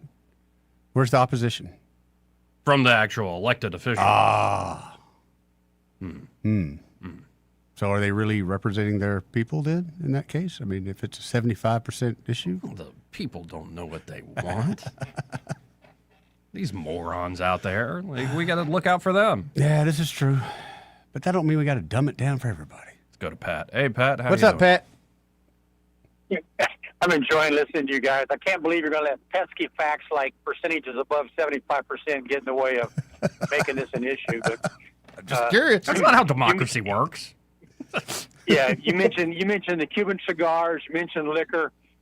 I'm looking forward to the antique cars that will suddenly become available. Yeah, you're not kidding. You know, and a lot of those parts over there, people think that they got tons of parts waiting. A lot of those parts on those cars over there, they've had to remanufacture themselves. they're handmade. Yep, handmade. But just, I love the cars from the 50s. And any picture you've ever seen on the news of Cuba vehicles, it's all cars from the 50s. And it's funny is we could probably take a Toyota Prius right now and trade it for one of those cars over there. They would take it in a minute. They'd much rather have a modern vehicle. Yeah. Yep. So, anywho, y'all have a blessed day. Hey, thank you, Pat. Well, and you behave yourself. You didn't mention women at all, especially on my behalf. I was just going to let that happen organically. Organically, yes, huh? Yes. Kind of like your Valentine's Day advice. Organically. Oh, you got to put water on organics to make things grow, Joey. Like just go descend upon some desperate wilting flower after a date stands her up on Valentine's Day. You are the hero. You are the knight in shining No, you're armor. not. You're a wolf preying on the weak of the herd. All you're doing is making sure that she gets home okay, and that she knows she's special. Maybe that person didn't show up, but she's special to you. Is that how you'd say it? It depends on the chick. Well, different women, you got to have different opening lines for. That's true. You like liquor? Right. Yeah. Some you just sit down at the table with a bottle of vodka and say, let's go, baby. You remind me of my daddy.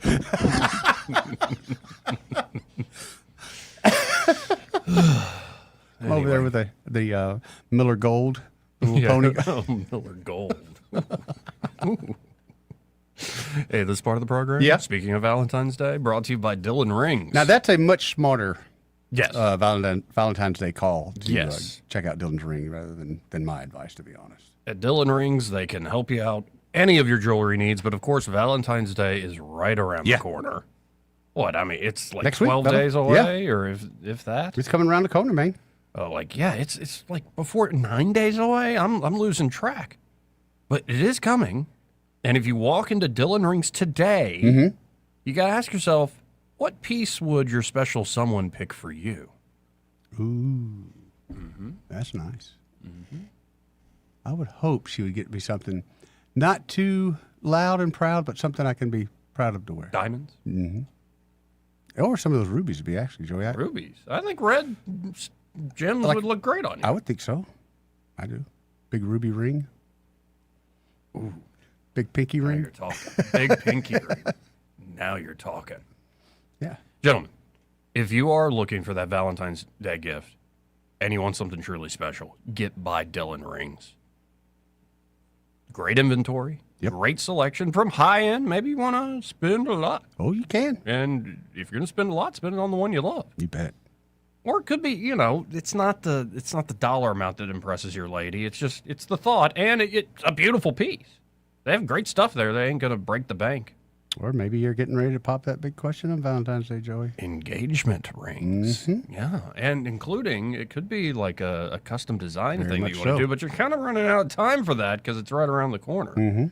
But gentlemen, get by Dillon Rings today. 119 Brown Springs Road here in Montgomery. That's just off of Atlanta Highway. And be sure to tell Josh Ryder and Leslie Ryder that Joey and Eddie, those fellas on the radio, sent you. Want to carry News Talk in your pocket? Download the News Talk 93.1 app from the App Store. Available on iPhone and Android. Never miss a moment. Download now.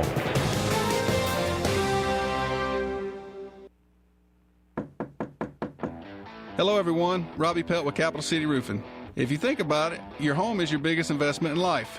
Your roof covers your home, so why jeopardize your biggest investment on a roofer you don't know anything about when you can deal with a reputable roofing company like Capital City Roofing? We have an A+ Better Business rating and the best manufacturers and workmanship warranties available. We do all residential and commercial roofing applications that are certified through the manufacturer to ensure you get the best material and workmanship money can buy. We also have your project in our best interest before and after construction has been done. Don't hesitate to call us if you have any roofing issues or questions. We will match any of our competitors' price and give you the same great workmanship warranty. We also give free estimates. Give us a call today and let us show you the difference. 277-3311.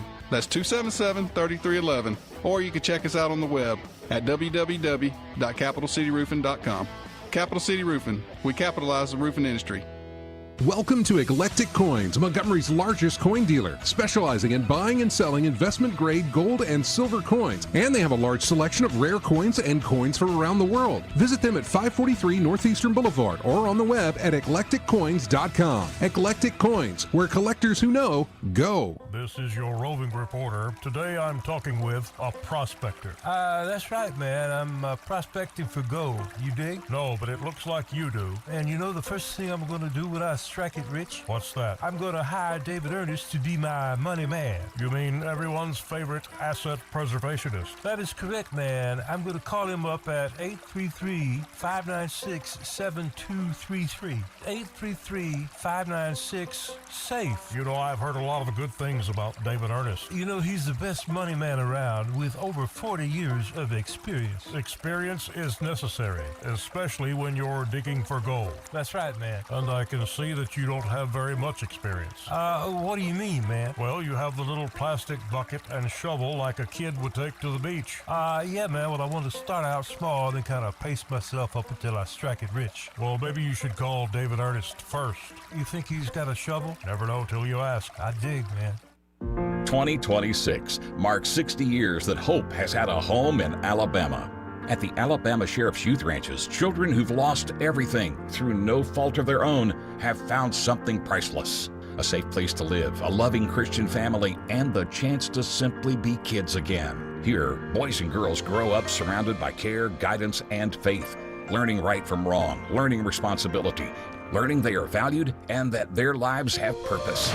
As the Alabama Sheriffs have believed for 6 decades, it's easier to build boys and girls than to repair men and women. These former ranchers are now teachers, parents, business owners, and leaders, living proof that love, structure, and faith can change a life forever. As the Alabama Sheriff's Youth Ranches celebrate 60 years of serving Alabama's children, you can help ensure the next child has the same chance. Learn how you can make a difference at alabamasheriffsyouthranches.org. 60 years of building lives, and we're just getting started. This is Jennifer Pestruccelli, General Sales Manager and co-owner of Blue Water Broadcasting. We're home to 7 radio stations and a rapidly expanding digital marketing platform, and we're looking for our next great sales professional. At Blue Water, you'll build customized campaigns that include radio and targeted digital marketing solutions. You'll prospect new clients, manage your own accounts, and work in a fast-paced, creative environment. Media or digital sales experience is a plus. Send your resume to jobs@bluewaterbroadcasting.com. Blue Water Broadcasting, local folks helping local business. This hour of news and views is brought to you by our good friends at Alabama Home Mortgage. Alabama Home Mortgage, 567-4223. Visit them on the web at myalabamahomemortgage.com. NMLS number 1586368, an equal housing lender. The Rich Thomas Weather Network, brought to you by Montgomery Paint and Body. From little fender benders to total body repair, MPB will fix it good as new, maybe better. For 4 decades, the Turner family has been getting you back on the road. Call 279-7325. Rich Thomas Weather. Well, hi, everybody. We're dealing with a minor temperature setback today with high temperatures only up to about 47. A sun and cloud mix, then mostly sunny later. Another freeze tonight. Mostly clear skies. Overnight low temperature down to about 29. And then get ready for a nice temperature rebound. First, lower 60s on Friday and Saturday. Then maybe upper 60s on Sunday with plenty of sunshine. What a great February weekend. And maybe 71 with more sun by Monday. We definitely deserve this February thaw in our future. From the Blue Water Weather Center, this is Rich Thomas. Budget Floors and More has the best prices. Carpet as low as 69 cents per square foot. LVP starting at $1.29 a square foot. Sheet vinyl as low as 65 cents per square foot. And the lowest prices on flooring installation supplies. Budget Floors and More across from Delray Publix. All the headlines the mainstream media won't touch. Your News Talk station. News Talk 93.1 FM WACV.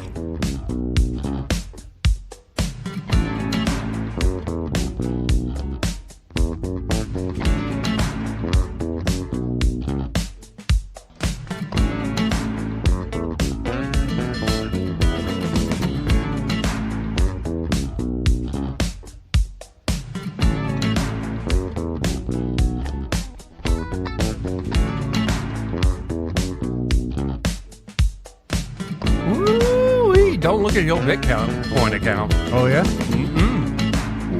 Don't you do it. You better hold. I was fixing to buy some probably about a week. Good buying opportunity. Is it? Yeah. You know About a week. You I was know gonna where buy it's some. at? I have no idea. It was up about 2 weeks ago. It was up last time I looked. It wasn't up much, but enough Where to was make it me- the last time you looked? 97, I think. Right now? Yeah. 1 Bitcoin? Just shy of 66,000. You want to buy a car outside? I need some, Yeah. I need some cash It's real also, quick, Joey. Like, what have I said over and over I need again? to buy some cash. I need an influence of cash right now. Right. I said over and over again, treat it as a 5 to 10 year thing, folks. Don't. Dang it. Do not sell the dip. Like, good God, Yeah. don't do that. Joey, you want to buy mine? Especially because here's where I can't prove this. Yeah. And do not take financial advice from me or advice on much of anything. No. But it's interesting how, as the Senate in particular, United States Senate, but the whole Congress, Mhm. they're having this argument over this Clarity Act, the market structure bill for Right. cryptocurrency. And as there's this little competition between the new crypto bros and institutions like your Coinbase, your Binance, all these Why others, don't they just get together? and the traditional banks, as you're having this kind of fight over who exactly, what sort of carve outs, what exactly will be the rules of the road, all of a sudden you see this downward pressure on all crypto prices, including the mother of them all, Bitcoin. That's interesting. What's that tell you, Joey? Well, I think it tells me that the big players are ready to Getting ready to buy? Yes, and it's sort of a flex too. Is like we can drive this down. Yep. Make it worth our time to buy. Yeah, we pumped it up a little bit with the ETF stuff, Yep. and we can take it out too. And that might be the case. They're just showing you, hey, we can do what we want. No, I've just learned, like, do not freak out. So I should sell now? HODL. It's going bankrupt.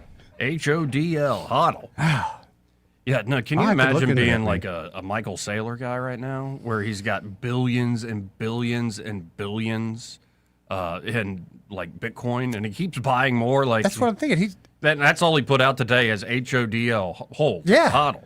Or buy. Yeah, or buy. You know he's buying more. There's another guy's always on. He keeps saying, Bitcoin can go to 200,000 real quick. You know, Tom Lee, he has this Ethereum position. Okay. I think he's down $8 billion. And he's still here with us? Good for him.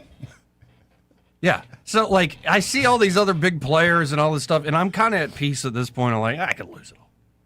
I don't care. Okay, but essentially, that's Joey, emotionally how it's not a. you've already done it though.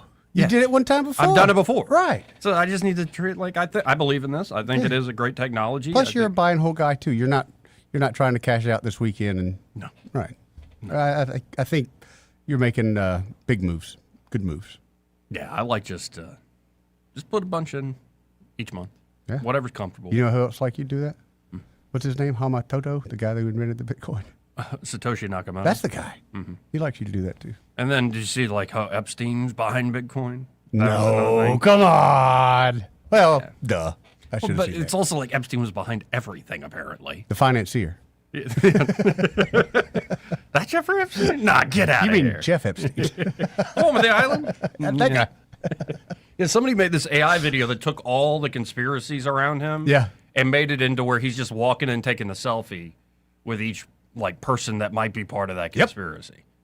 And it's insane. I'm telling you, man, the comments is what's taking me back. How many people, and I know there's crazies that are going to fall in love with people, but oh my God. Wait, you're just talking about the crazy women that are falling in love with Jeff Epstein? With, that guy? with Epstein on the, just saying that openly, he's a cute guy, low key, very attractive. I'm just dumbfounded. He's a demon. I believe in that Steve Bannon interview where he's asked about religion and like Christianity. Okay. And without skipping a beat, he quotes a particular part of Scripture. In my recent read through of the New Testament, a letter that hit me right between the eyes. Letter of James. And he quotes the part about even the demons believe. Oh, boy.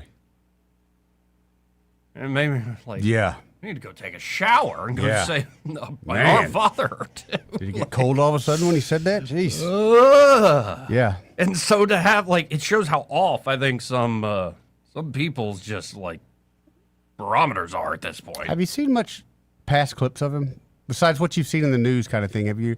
I would just kind of like to be curious of No, I kind of only, studying from afar. Just to only see- recently yeah. like seen a lot of the clips, like the Steve Bannon interview, the stuff that's been released. I've seen a few of the deposition videos over the years, and they just always give me the creeps. That's what- He gives me the creeps that's, like crazy. That's what I'm wondering. Well, what? I mean, I got the heebie-jeebies. What did people miss? Because he's been around. He's been in trouble for a while, and they just keep fixing it. So how do these people see this kind of evidence and go, hey, you know what? We're gonna let it go again. Unless you're told. Well, and then also, I think, and I know this means like Joey's bought and paid for, it's more me trying to actually think through different, say, viewpoints and like positions you might be in life. Yeah. I think the vast majority of the public, myself mostly included, are quite ignorant. And I'm not saying it's a bad way, they just don't know what is required to actually get an investigation going. Oh, yeah. Have sound leads, actually get an indictment. Because you see the politicized ones and all these other things, but like, especially accusing a very rich person of those particular things, you better have evidence. Yeah. Well, and let's say you believe that very rich person actually, Bill Gates actually did something really nasty, to use the name everybody knows. Even if you believe that, you better have the goods. Or not only is he going to get off scot-free and make it go away, then they'll probably come back on you in a nasty way. What you end up doing is empower the demons if you don't actually have the ways of taking them down. Now, maybe we just need to run in front of Bill and hold up a crucifix or something. No, I think I see that with Trump, and I know a lot of people don't like the idea, but yeah, these are people that went after him. He won the presidency, and I have no issue in the world of him going back because of what they were trying to do. Not allow him to be president, but we all know they wanted that man dead. Well, it sounds to me like the fix was in when Epstein was first arrested. Oh yeah, 100%. Where they look at put the Florida like cases. these guardrails, like bumpers all around who could be investigated. They made it very, very narrow. And now a lot of folks have resigned.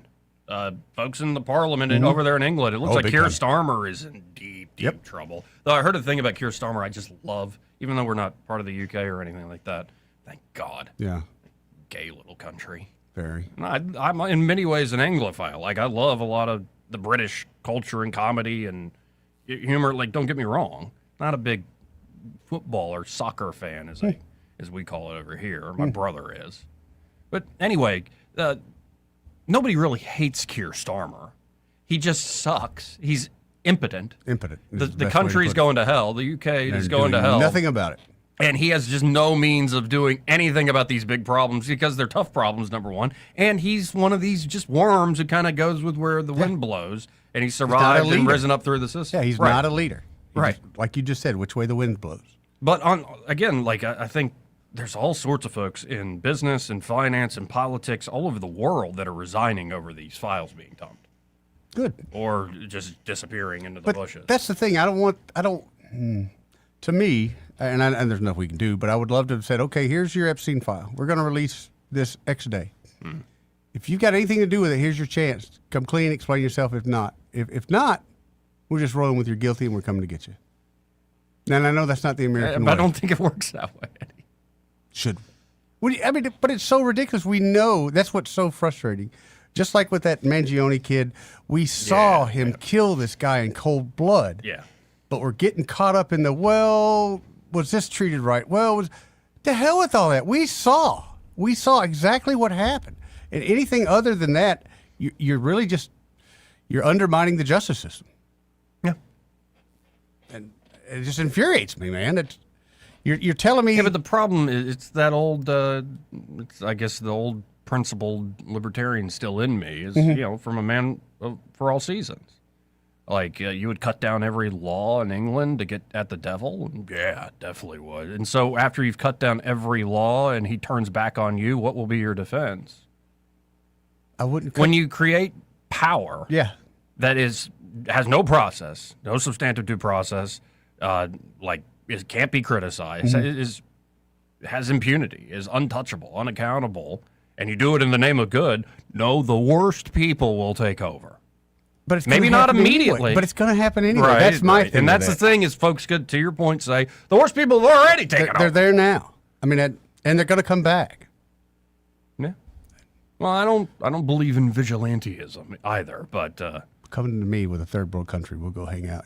You'll change your mind pretty quick. Yeah? Yeah. Yeah, but see, I don't want to be Luigi. Good point. Yeah. You could tote the radio. I could what? You could tote the radio. I could tote the radio? Yeah. In every Vietnam movie, they had the hunters or the shooters, and then you had the radio guy. You could be the radio guy. Medic! Medic! Let's go to line one. You're on there. Who's this? Let me straighten out Mr. Bader real quick. The Please radio do. guy also carries a rifle and when he's on patrol. Hey, this is Sam. Hey, Sammy. Hey, Yeah, but he ain't very good with it. I tell you what, man. Pick radio. I carried one. When I got in, I was trained by everybody that trained me, and all our gear was straight out of knob.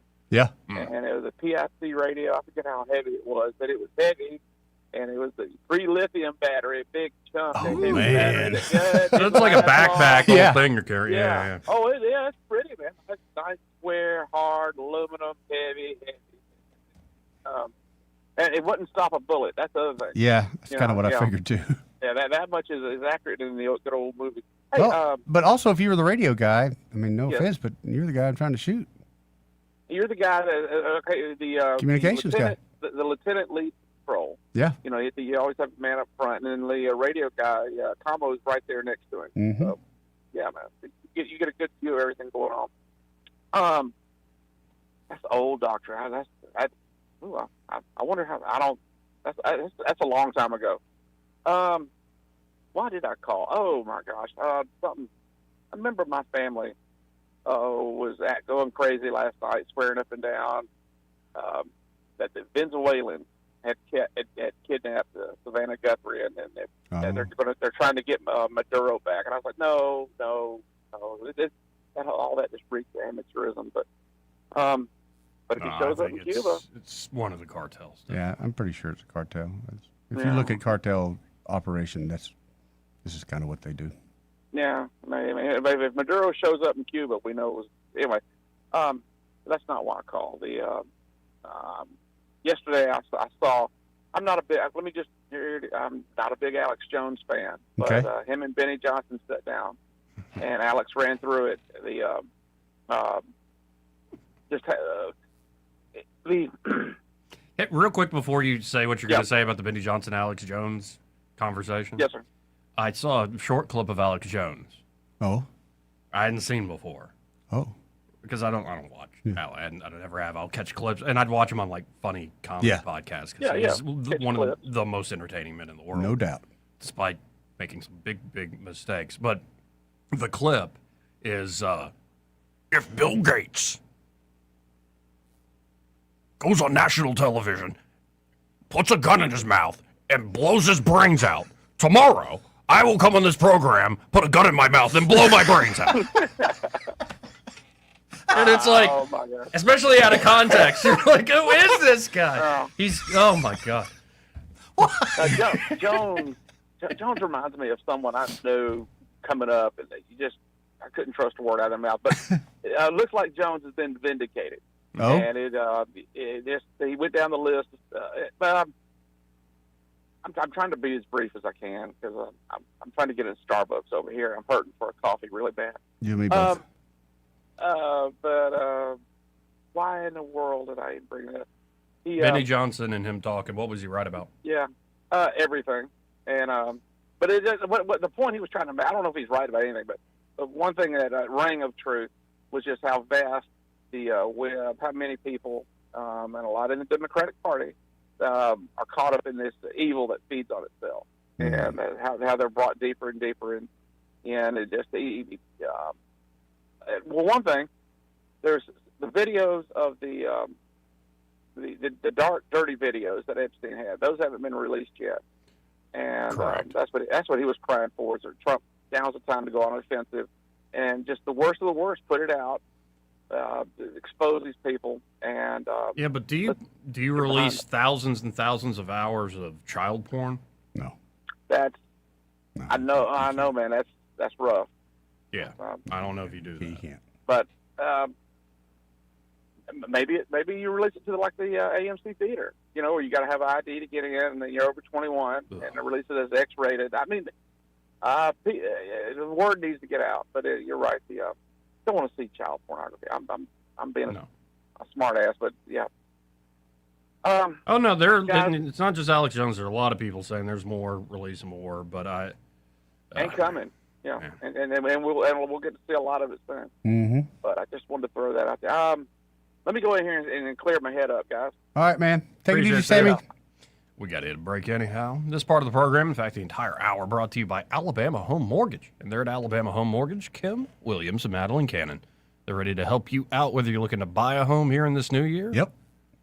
Better get ready. Could be looking to refinance because interest rates have steadily been going down, Joe. Indeed, that's what I mean. Get ready. Yeah, because if you bought a house, last year and a half, 2 years, you might have been in the 5, 6, even 7% range. Yeah. So with interest rates kind of trickling down, I would call up Madeline and let her know, hey, I want to refinance. I want to get it when the interest rates are best, but I want to also get my name in the queue. Smartest way to do it. And especially if you're a veteran. Oh, yeah, Drew. Because I know for a fact there are a lot of veterans who are around and they don't know that they can take advantage of these benefits they earn through their service. A lot of them don't. It's, by the way, also the best game in town. Yep. Like, you're not going to get a better loan. You're not going to get a better refinance deal at all. And Alabama Home Mortgage prides themselves on helping veterans take advantage of those benefits. So y'all check them out today. Get ready. 567-4223. That's 567-4223. Or you can always apply online at myalabamahomemortgage.com. There is a difference in mortgage companies. Let Kim and Madeline prove that to you today. NMLS number 1586368, an equal housing lender. He may not know whether he's coming or going, but whether you're going to work or coming home, Greg Budell is there. Mornings 6 till 9 and afternoons 3 till 6. Only on News Talk 93.1 FM WACV. Are you tired of the mainstream media's biased reporting? Do you want to stay informed on the news that really matters to you? Look no further than 1819 News. At 1819 News, we bring you the latest in Alabama news, politics, sports, culture, and more. We've assembled a team of journalists with Alabama values dedicated to the truth and the truth alone. Visit us at 1819news.com today. That's 1819news.com. Subscribe to our newsletter. Honest News, Alabama Values. Yes? Yeah, I'm Bill. You called about some breakers tripping? Oh, yes, Bill. My brother-in-law says you can do almost anything. That's me. Not much I hadn't seen. Do you really want someone who does almost anything in your electric box? Think about that, because each year thousands of home fires are caused by faulty wiring. That's why you want a professional, like the electricians at Crosby Electric. Bill, how's it going? Bill, ooh, are you okay? Oh, yeah, well, I didn't really need my eyebrows anyway. At Crosby Electric, all technicians undergo rigorous safety training, as well as background checks, drug testing, and continuing education. Bill, you think maybe I should call a real electrician? No, these little slip-ups happen. Everybody does it. Really? No, not really. When you need professional electric work, or you just like someone to assess your home for safety, call the experts at Crosby Electric, 272-2085, or visit us at crosbyelectric.com. Hi, I'm Carl Schmidt, naturopath and owner of the Herb Shop Wellness Center at 8161 Vaughan Road. You know, with over 30 years experience in natural wellness, I've seen countless health fads come and go. A few years ago, we added a patented technology that actually activates your stem cells. It reverses the aging process at the cellular level. However, you do need proper hydration and targeted nutrition. At the Herb Shop, our advanced scanning and testing technology allows us to accurately assess your nutritional needs and get a customized plan for you. Come in today and see what the Herb Shop can do for you. This hour of News and Views is brought to you by our good friends at Alabama Home Mortgage. Alabama Home Mortgage, 567-4223. Visit them on the web at myalabamahomemortgage.com. NMLS number 1586368, an equal housing lender. We get Montgomery talking 24 hours a day. The River Region's most trusted voice. News Talk 93.1 FM, WACV.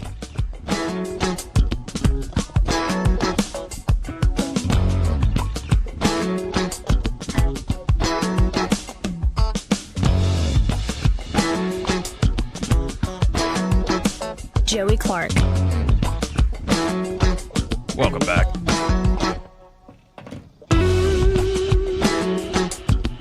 You know, Eddie, that call with Sam took such a serious turn talking about Epstein.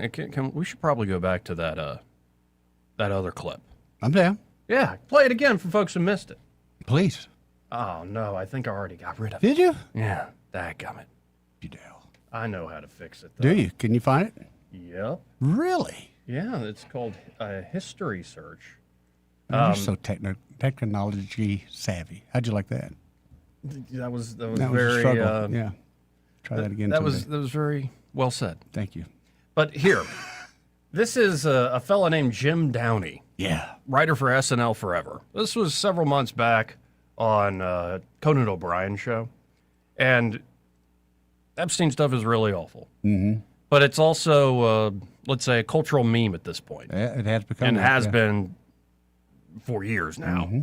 So let's just listen in how a professional comedy writer actually deals with situations like this. Jeffrey Epstein. There are many figures in our society who contribute an enormous amount to our culture, and people who have unconventional personal lives. And yet they seemed exempt from criticism. You know, Jeffrey Epstein. Well, wait a minute. Wait a minute. No, let me finish. I now, see it. Jeffrey Epstein. I see it. No one, criticizes him, and yet. Oh, wait a minute. I have to accept That is a double standard. Jim, it's wrong. Jim, It's hold on. okay. Hold on. Look, Hold Conan- on. Much has been said about Jeffrey Epstein. Terrible things. No, Jeff. I'm talking about Jeff Epstein, the New York financier. Yes, we're talking about the same Jeff Epstein. No. Yes. No. Yes.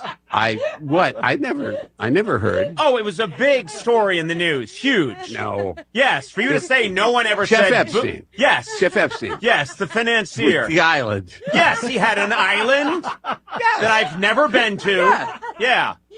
I'm pretty sure, with respect, if there was some news about Jeff Epstein, I would have heard. No, I don't know what rock you've been under. It was a huge story, and Jeff Epstein I have to tell you, he's gone. He's dead. What do you mean? He's dead. He's dead. He's No. dead. Sorry, nice try. If Jeff Epstein were deceased, I'm pretty sure I would know about it. Now, I admit I've not probably since the pandemic. I have not talked to him. That would make sense. That would make sense. He's been dead for a number of years. Yeah, I'll tell you, there's one easy way. Let's call Ghislaine Maxwell. No, we're not calling Ghislaine Maxwell. Why not? Okay. She's in prison. She's in prison for crimes she committed with Jeff Epstein. Ghislaine's in prison. Yes, stop calling her Ghislaine. How do you know these people? Goodness gracious. What a time we're living in. We got to hit this top of the hour break. We have Cam Ward here in the studio, director of Alabama Bureau of Pardons and Parole, and look forward to that conversation with Cam. Real quick, this part of the program brought to you by Montgomery Men's Health, and they're at Montgomery Men's Health. Well, they're ready to help you fellas. If you're dealing with those issues that do crop up, low T in particular can affect just energy across the board. They also have solutions for ED as well. And it could be you've been in the dumps for a while. You've had the issues for a while. Or it could be you're doing fine, but you've noticed every once in a while a little hiccup. Like, what was that? Well, get that checked out. Get a baseline. And they can help you maintain what you've got there at Montgomery Men's Health. And it's not like they're just throwing generic pills at you like these online pharmacies and all these online companies. The urologists and providers there can tailor solutions to your body and your needs. And I know there are a lot of guys that procrastinate about going to the doctor. You know, I'm a man, I can just power through it. But you might be shocked at how much they can help you. It's time to show up in your family and your life like never before. Call them up at 334-440-3663. That's 440-3663. Or you can book online in under 30 seconds at MontgomeryMen'sHealth.com. Montgomery Men's Health, for every man in every season of life. Broadcasting from the Riverside Chevrolet Master Control Center, this is WACV Cusana, News Talk 93.1 FM. When it's Chevy, it's Riverside. With SRN News, I'm Bob Agnew in Washington. U.S. Senator Roger Marshall of Kansas and U.S. Senator Kirsten Gillibrand, a Democrat from New York, hosting the 74th National Prayer Breakfast today with bipartisan members of Congress, faith leaders, and guests for a time of prayer, reflection, and unity. And it was held in the Kennedy Caucus Room at the U.S. Capitol. American brokered talks between Russian and Ukrainian officials being held in Abu Dhabi today for a second day. Those talks aimed at trying to put an end to the 4-year-old war. That is when Russia invaded Ukraine about 4 years ago. A big night in the NFL, at least for some players. A league MVP and other 7 top honors by the Associated Press are set to be announced at NFL Honors tonight, just days before Super Bowl 60. Christian McCaffrey is a finalist for 3 of those awards. This is SRN News. Wesley Financial Group is not a law firm, and Chuck McDowell, definitely not an attorney. This is Chuck. Do you feel stupid for buying a timeshare? Don't. It's not your fault. You were most likely told you could rent it, and it was a great financial investment. And the deal was available today only. If this happened to you, contact your resort or Wesley Financial Group for help today. Call Wesley now for your free exit information kit. 800-242-3131. 800-242-3131. My name is Whitney Allen, and I'm a widow. My husband, Ryan, died. We never thought we'd ever have to use life insurance, but the unexpected happened. With Ethos, signing up was fast and 100% online. You can get a quote in seconds, apply in minutes, and get same-day coverage. No medical exams, and you can get up to $3 million worth of coverage. I'm grateful we were prepared. Get your free quote at ethos.com/term. That's ethos.com/term. Paid spokesperson. Time spent on application may vary. Online health questions required. Rich Thomas Weather is brought to you by McPhillips Schimbaum. My name is Aaron Luck, a partner with the law firm of McPhillips Schimbaum.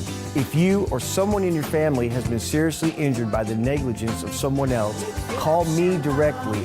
262-1911. Rich Thomas Weather. Well, hi, everybody. We're dealing with a minor temperature setback today with high temperatures only up to about 47. A sun and cloud mix, then mostly sunny later. Another freeze tonight. Mostly clear skies. Overnight low temperature down to about 29. And then get ready for a nice temperature rebound. First, lower 60s on Friday and Saturday. Then maybe upper 60s on Sunday with plenty of sunshine. What a great February weekend. And maybe 71 with more sun by Monday. We definitely deserve this February thaw in our future. From the Blue Water Weather Center, this is Rich Thomas. At ASE, we're more than a credit union. We're your neighbors. We live here, raise families here, and believe in giving back. That's why we created ASE Cares, to support, connect, and invest in our community. Because when our community thrives, we all do. ASE Cares, federally insured by NCUA.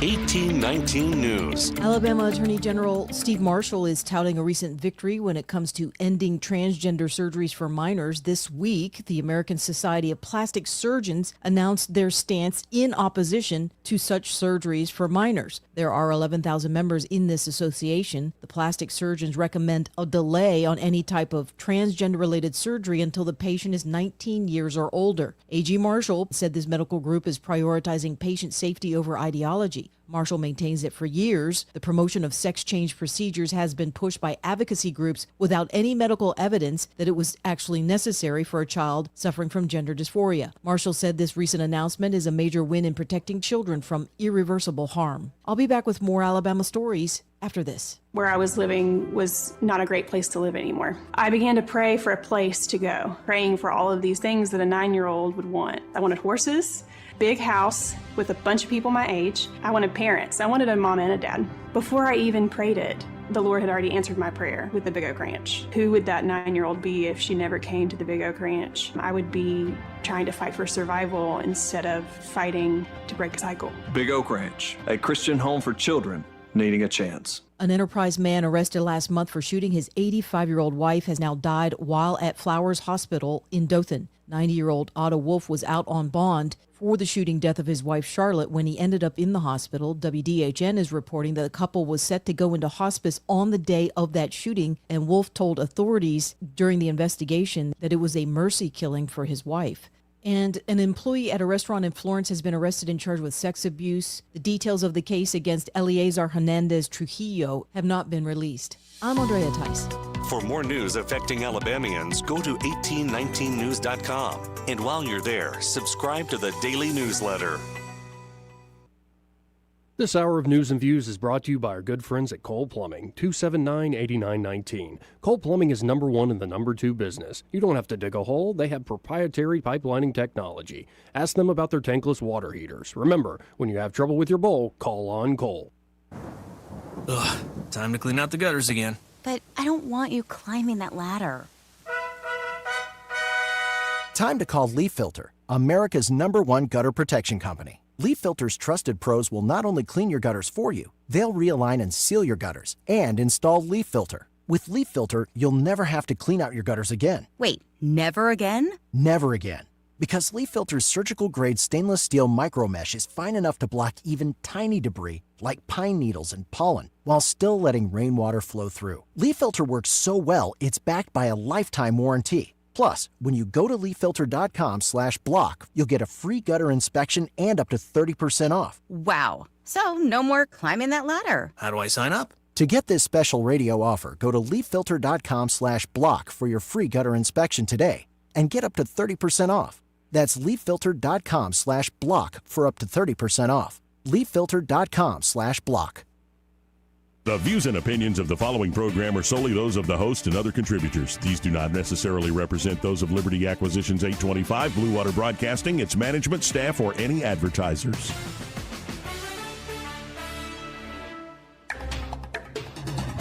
It's time for Montgomery's conversational radio show. It's News and Views on News Talk 93.1 FM. To join the conversation, call 272-9228.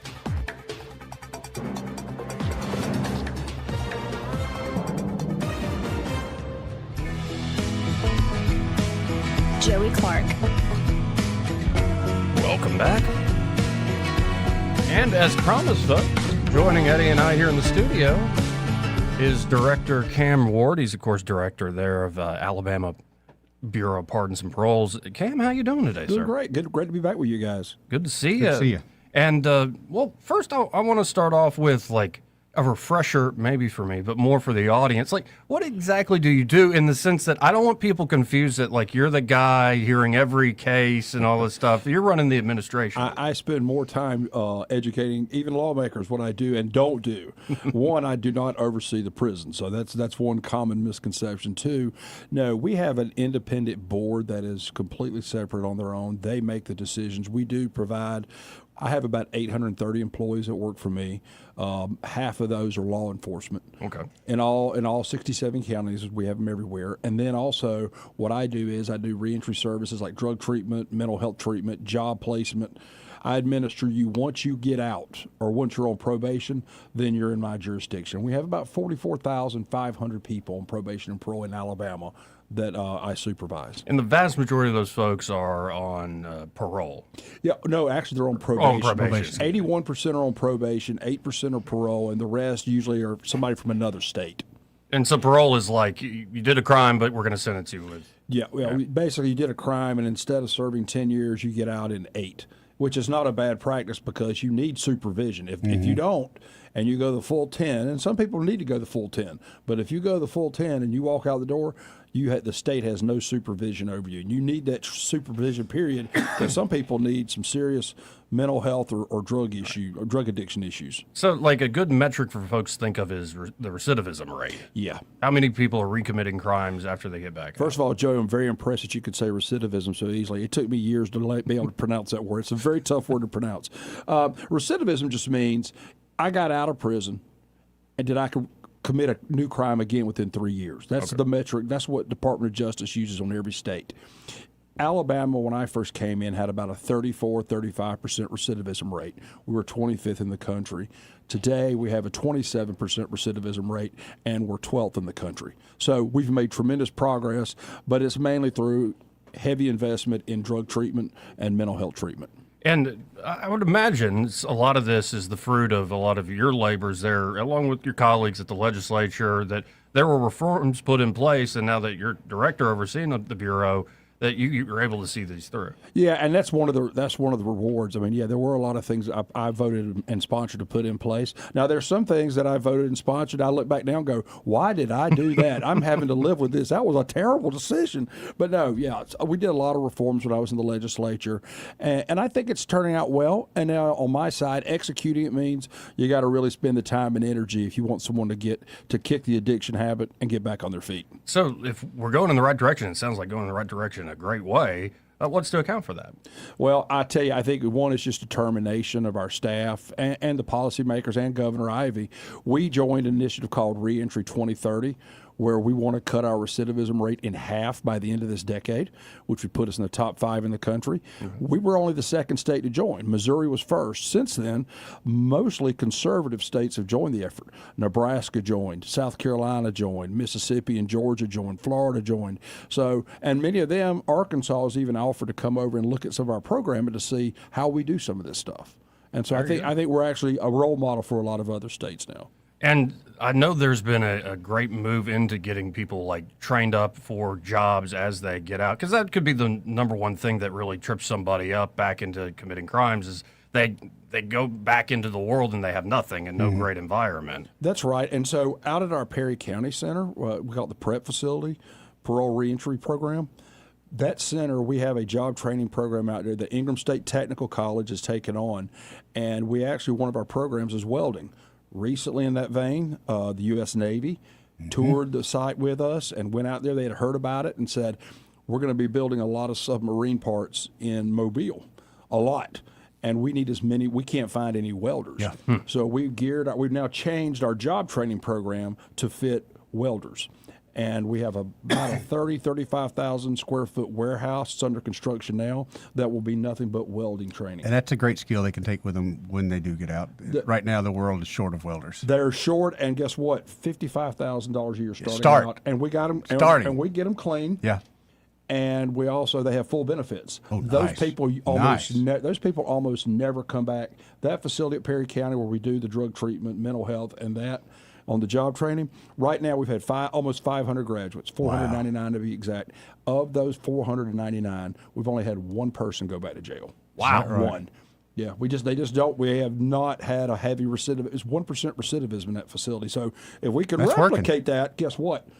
That's something that's working for sure. Public safety. That means less people committing crimes. Here, here. And now there is an aspect called mandatory release I don't really fully understand. Yeah, so there was this program. It was adopted,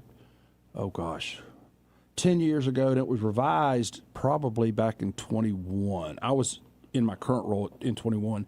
That basically says if you've served X amount of time, you're eligible for supervised release 1 year before your sentence ends. Now, it doesn't cover everybody, like sex crimes, things like that. You can't.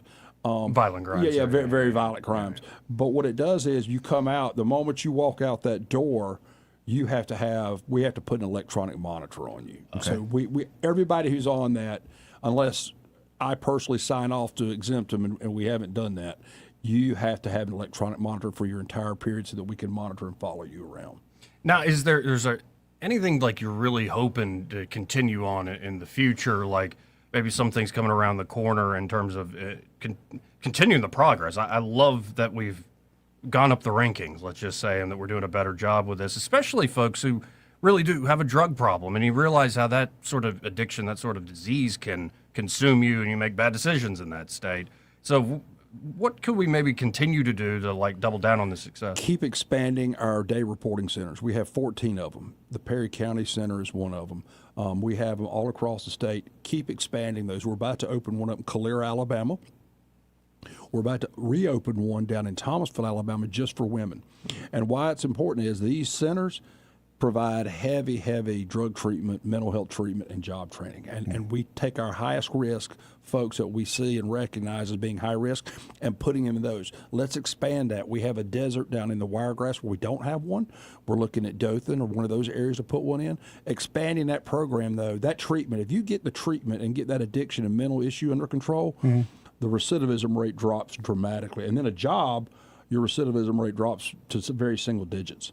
Now, the question, zooming out a little more, I guess, theoretical or abstract, though it's a very practical decision folks on the board have to make. Like when you're looking at somebody who is in prison, might get out early, what are kind of the decisions, the factors you go into? Well, one is, have they done anything on the inside to better themselves? Did you take classes? Did you have a lot of, bad marks? Did you do stuff? Did you get in trouble while you're in there? Also, they look at, what kind of community support you have coming out. What kind of home life you have. Do you have a home plan? Do you have a possibility of employment? So that's what those board members look at, and that file is probably 2 inches thick. I mean, they have everything, and then we have a officer that goes in every time somebody's going to be paroled. 30 days out, they go in and say, okay, I'm going to talk to you about everything. And it's a confidential document so that the inmate will be honest about it, and then say, okay, and they compile that file, and then that officer takes it to the board and says, here's their file for you guys to look at as you make your decision. Not to cross streams too much, but say we get a new prison built here before too long, does that actually help y'all in y'all's job having a better facility? Yeah, it does help. And the reason it helps is this new facility is going to have, really modern day, state-of-the-art mental health and addiction treatment, health care in there. And I think that's a huge benefit for the correction system. So that makes the transition from there to us a whole lot better.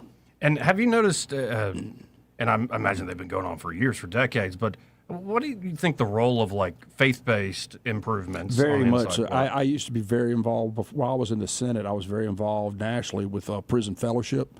And I can tell you, Prison Fellowship and other organizations like it, I just had a meeting with a lot of pastors here in Alabama where we talked about their role in going in, not only to our places, but into the prisons and having those meetings. Of course, I'm a member of Church of the Highlands, and we broadcast into all of Alabama's correctional facilities. And I think it has a very positive and meaningful impact. Yeah, there's nothing like, I'll just admit, like in the last several months, I've had a reversion back to my faith in a very big way, and I don't know exactly what it means in the long run, but I've learned that don't ever underestimate the gospel. In fact, I think it's the one thing that can solve all problems. I've seen so many people who found the Lord. I mean, they did, and I will say it. I've been in and I've ministered myself, gone inside the correctional system. My folks really don't like me doing that, but I do.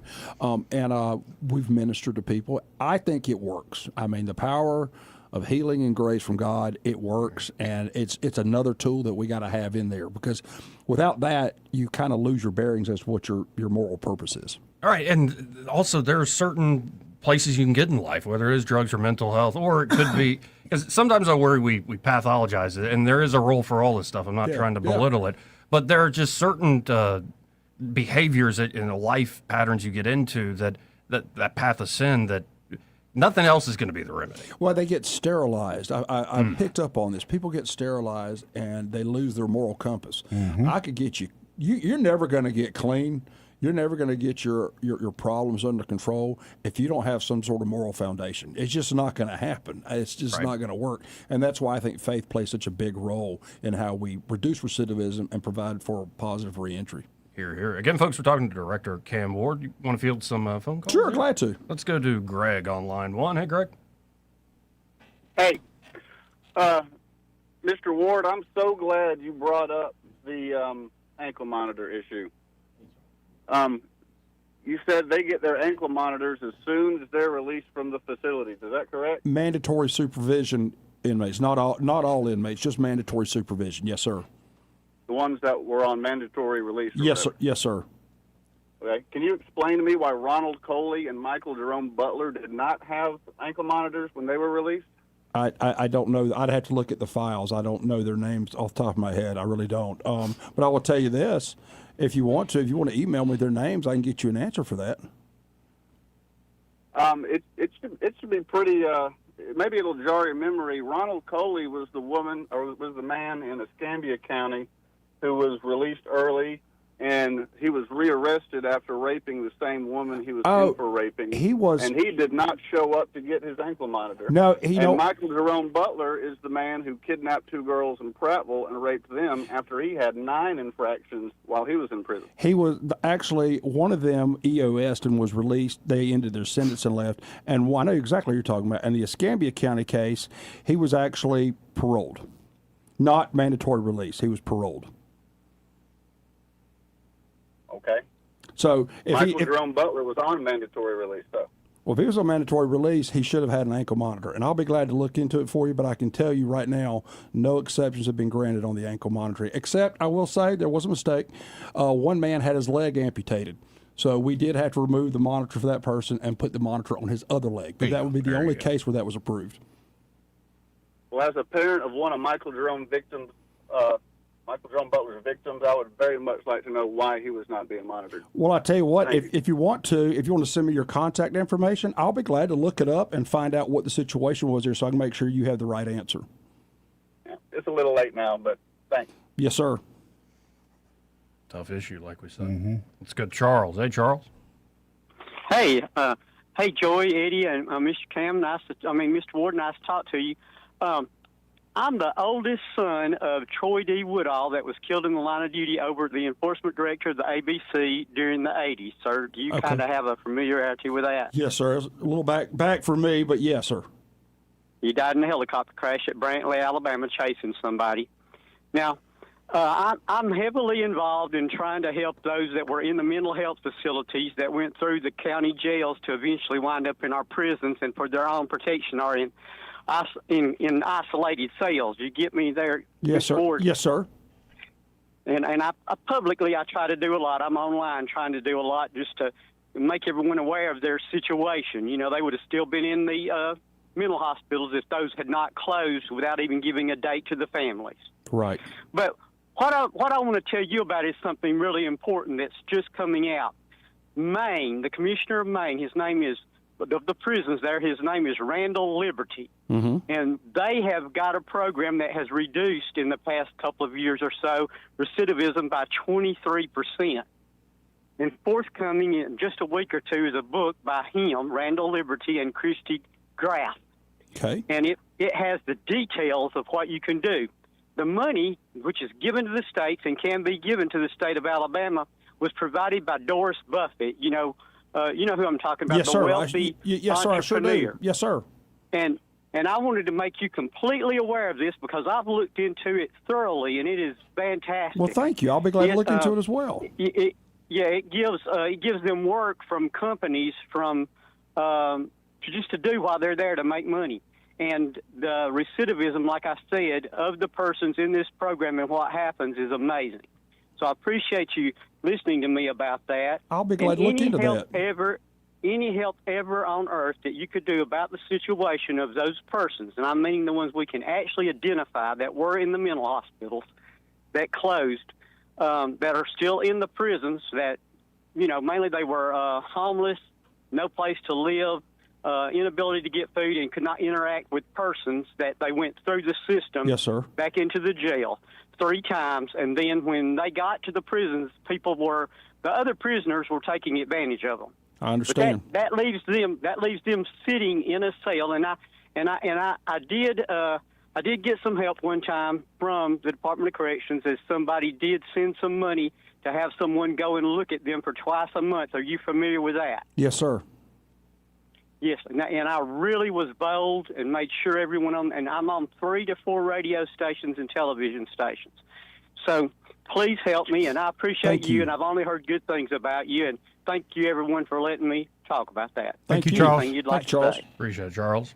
Yeah, and based on the first call there, I mean, the weight of these parole decisions, the consequences especially. It's a lot of, I mean, hey, this is a weighty issue. And I will say, I'll be the first to say, there's going to be times where someone who gets out, they will reoffend. I mean, it'd be denying otherwise. The board does the best they can, their decision making, and hopefully when they're out, we do the best in my department, my agency.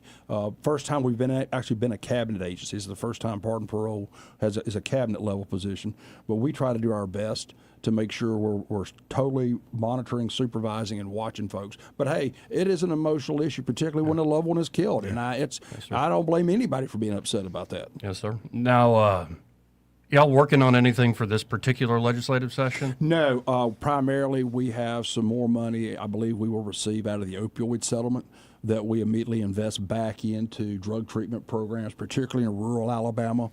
We have some high propensity counties on the drug issue, particularly like Walker County, that we try to invest more money in on our drug treatment program. So that's our main focus this session. Well, this half hour's flown by here, and it is good seeing you, Cam. And good seeing you guys. And I know you've been.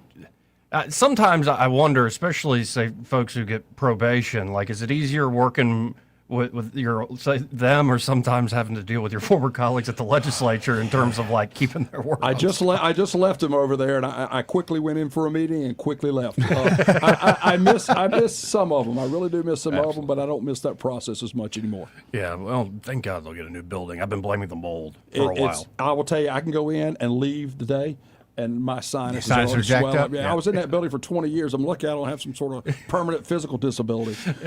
Amen. Well, you're always welcome back here. And, Thank you, good to see you, sir. We'll be right back, folks. Want to carry News Talk in your pocket? Download the News Talk 93.1 app from the App Store. Available on iPhone and Android. Never miss a moment. Download now.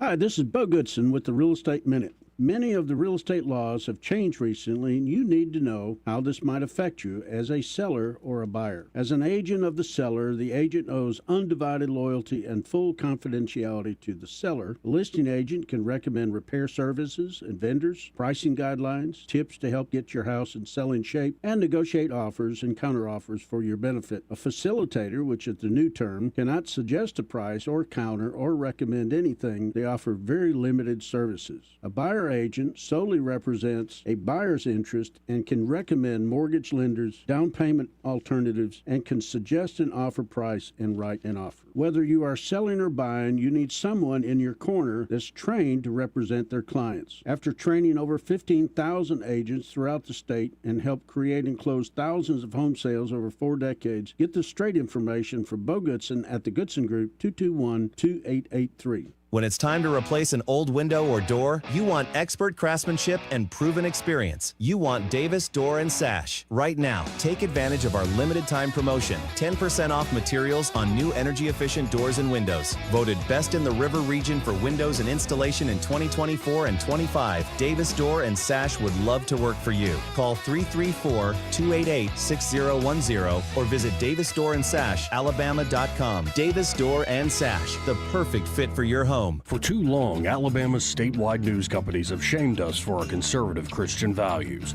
Alabama deserves a news company that cherishes our culture, a company that isn't bought and paid for by the powers that be. 1819 News is that company.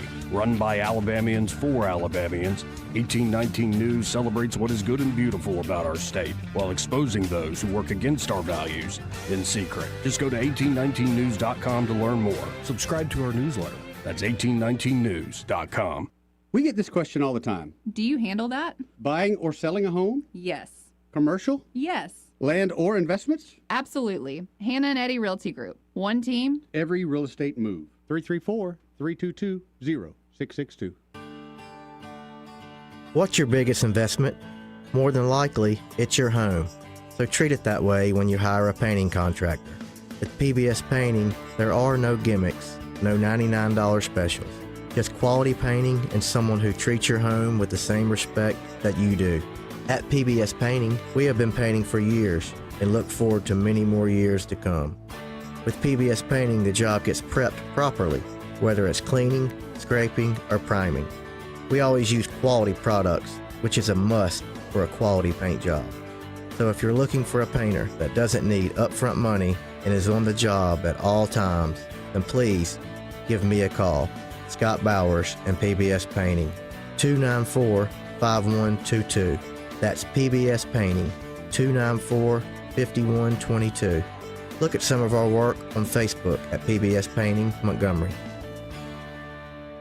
I'm Brett Lanham from Benjamin Moore New Look, and we couldn't have imagined how easy, affordable, and flexible advertising on the radio could be. It has been near effortless on our part. You could say our last 2 years have been the best in 10 because of a skyrocketing GDP. I say it's owed to Blue Water Broadcasting and their advertising staff. Radio reaches over 90% of everyone in the river region. Shouldn't your ads be out there where your customers are? Call us to find out more. Blue Water Broadcasting.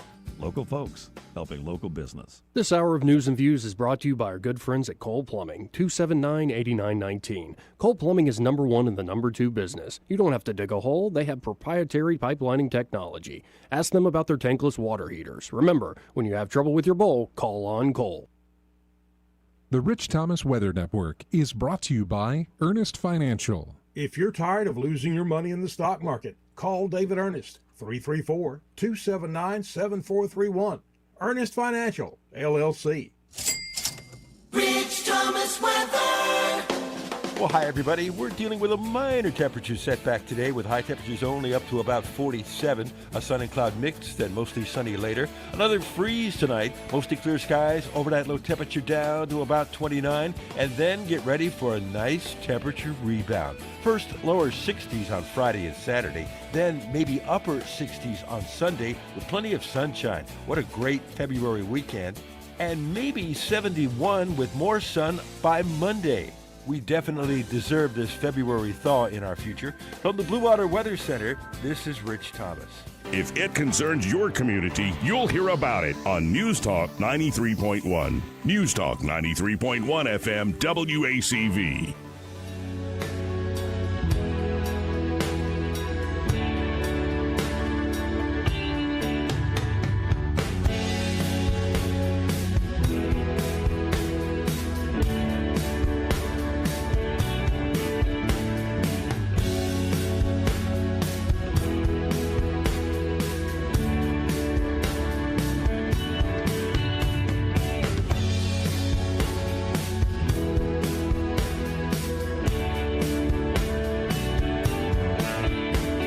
Welcome back, folks. 272-9228 if you want to get in on the conversation. That's 334-272-9228. And, as much as we have fun here, it is a reminder, especially from that one gentleman's call, how serious a lot of these decisions are. Mm-hmm. So many aspects of government. Yeah. And the whole population doesn't see them. Often it's one person or a family that sees them, the effects of these things. Mm-hmm. And I wish we had a system where we could be perfect. Not going to have it. We're man. No, I'm very much in the camp of somebody's committed a violent, very violent crime, suspicion. Better watch out for jungle justice, Joey. There are examples of people overcoming that, though, too. Yeah. And never underestimate the grace of God. That's for certain. But, man, I don't know if I could sit on that board. I know it would be tough. There ain't no doubt about it. But because as soon as I saw a victim family, I think I would just be like, no, you're staying. Right. You're staying. That would be. I hate it, but that would. How do you not have that effect? Right. So you're directly the reason they feel this way. Right. And I think I would start to learn. And again, Director Ward doesn't make these decisions. It's the board. Right.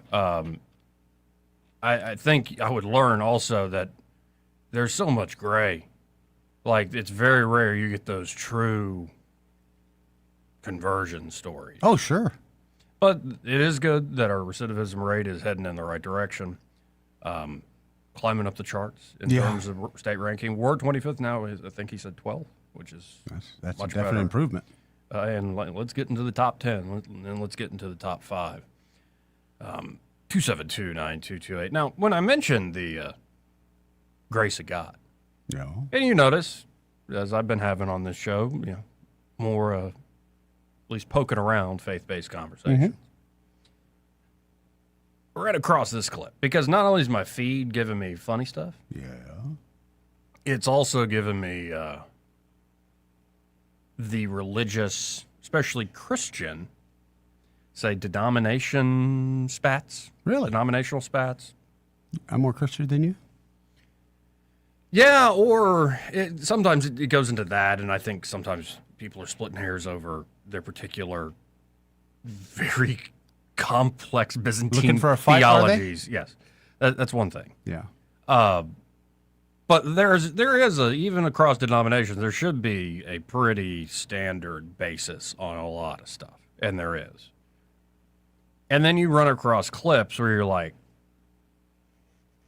and maybe it's just me being 12 years of Catholic school, born and raised Catholic.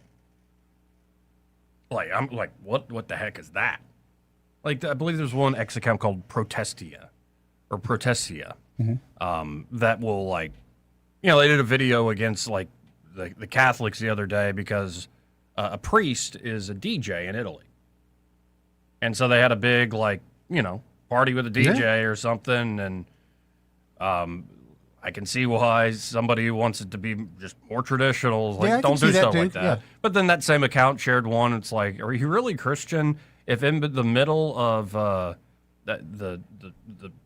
worship music and then the sermon, you have stormtroopers dancing the Gangnam Style? And I was like, yeah, I kind of like, it's just, my point is there's a lot of weirdness that can be out there as people are free, and we do have the freedom of that.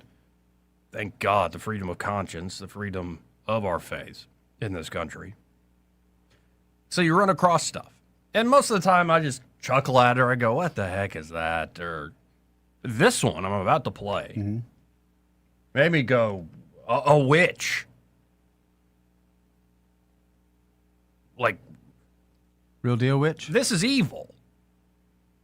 Because we played the other day that, James Tallarico fellow? Yes, Tallarico. Who was trying to say in the Gospel of Luke, because the angel doesn't ask permission. Right. He says this is going to happen. Mary's the one who asked. Well, how? And that somehow backs up abortion. No. Just no. Yeah. And I double-checked. I was saying it the other day. I think the correct way to pronounce this is Didache. Okay. It's one of the earliest surviving Christian writings. It's not canon. It's not scripture. It's sort of it's like, hey, you're in the 1st century.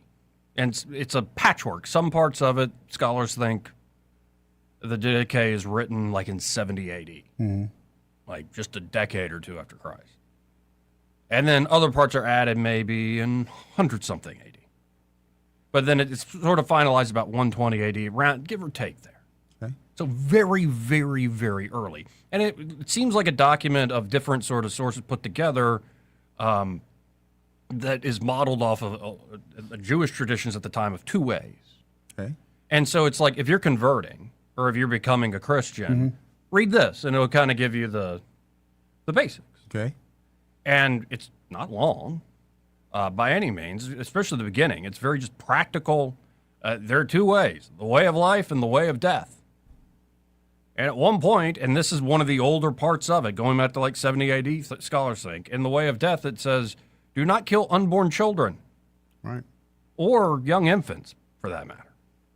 And if you think we're that far off in this society, just go down certain dark rabbit holes of TikTok. Mm-hmm. Seriously. Yep. Or some of the, some professors that have been around forever that, do these thought experiments and they end up in these just depraved suggestions. Right. I say all this because I think there's something to the idea of the earliest known essentially little handbook. You want to be a Christian? Here's what we do. And it's much more than those two ways. There's a lot to it. Think about the liturgy and the Eucharist and all sorts of things. I say all this to play this clip. Okay. This is a Presbyterian minister. Who's a woman. And again, as a Catholic, I'm used to the nuns. Not used to when my niece got baptized, it was a lady. And I was like, well, I hadn't been to church in a decade or two. Welcome to the new world, Joey. I'm not one to talk. Did you think, when did we make this change? I think Henry VIII helped make that change. I think it was an Anglican or Episcopalian or whatever. But this is a Presbyterian minister who's a woman, and she's dropped a new beatitude. Oh. What's that new beatitude? Blessed are those who end their pregnancies. Oh, man. So get a load of this. Yeah, I saw this, and I'm like, okay, that's just evil. Yeah. If Jesus were here today, he would be a clinic escort, distracting women from the hatred of the protesters, or an abortion doula, holding women's hands and offering support and love as they end their pregnancies. And I expect he would have a stern word for self-righteous legislators who use abortion as a political issue rather than showing compassion for the people seeking abortions. Today, on this Rose Sunday, I wanted to share some of the stories we have collected because these are the sacred stories of women's lives. If Jesus were giving his sermon today, he might also have said, "Blessed are those who end pregnancies, for they will be known for their loving kindness." How could people sit in that sermon? Yeah, man. And not just on a general discord get up and walk out, much less not have something very visual to say back. Right. And again, I've been watching a lot of debates, folks, and it's fascinating to watch a Calvinist debate, say a Roman Catholic, on how did the process of the sacrifice actually work? How did Jesus save us? That's one thing. I'm like, what the heck is that? That's bothersome. Yeah, that's evil. And it makes me go, because you know me, I've been pretty open about my lack of belief for years now. And I thought, because I was raised in a faith and went to a school about it and everything, that if I don't actually agree with it, then I can't claim that. That's how we were taught. That's what we were taught, Joey. No, if I don't believe the basics that are not only in Scripture, but in some of the earliest documents in Christianity, then who am I to call myself a Christian? Just say, well, no, I don't believe it then. And so now as I'm reverting, I look at all these folks who carry that mantle and I go, there's something doubly, just on a personal basis, where I'm like, what is wrong with you? It's dishonest. It's twisting so many things for, I think she's the one being very political. And it's beyond politics at this point. Blessed are those who end pregnancy for their compassion? No. She goes on, by the way, and I bet she does. Instead of confessing, proudly states something. I have been pregnant 4 times. I have had 2 abortions, and I have 2 amazing children. Each of my reproductive decisions to have children and not to have children were sacred decisions because they reflect the moral responsibility of reproductive power that is part of our inheritance as human creatures. Each of you has a reproductive story. And given that 1/4 of American women will have an abortion by the age of 45, I imagine some of your reproductive journeys also include abortion. And I'm not sitting here ready to marshal facts over, like, what's the effect of after you make that decision. But it ain't great. People's psychology, number one, let alone their soul. And again, I hate to bring down the mood. But I saw this, it comes up in front of me, and I'm like, what in the world is that? It sounds like it's someone that's justifying her own decisions. Yes, exactly right. It bothers me to know. Have you no shame? No, apparently not. And for years, I've been working on an idea of the city of 1,000 churches. Yeah. Because, give or take, not just Montgomery city limits, let's take the whole river region. We probably got easily 1,000 churches. Oh, yeah, I would say that easily. And it makes me want to visit each one, not to protest like Don Lemon, who rightfully got arrested. Yeah. Like, if you go into the middle, even that worship service of that devil woman. Right. And all of a sudden disrupt their service and start putting a microphone in her face and blah, blah, blah, blah, blah. They went after the kids in that church. That's where I've got nothing for. Yes. Your parents are Nazis. Yeah. Like, you should be arrested. Right. But no, what if I, just went to this one, that one, this one, and you sit quietly, you get to know people. There's nothing wrong with that. You don't that. shame people. You just listen. Yeah. And I think what I would find is I would be astounded by what passes as church. Oh, I'm astounded. Sure. I'm sure there are a few that would really. And my hope is you would still find great people. You would. Who still have the spirit. But some of the leadership in particular, I think I would and it's a uniquely Southern thing. Around these parts especially. How many folks have you heard call themselves a reverend?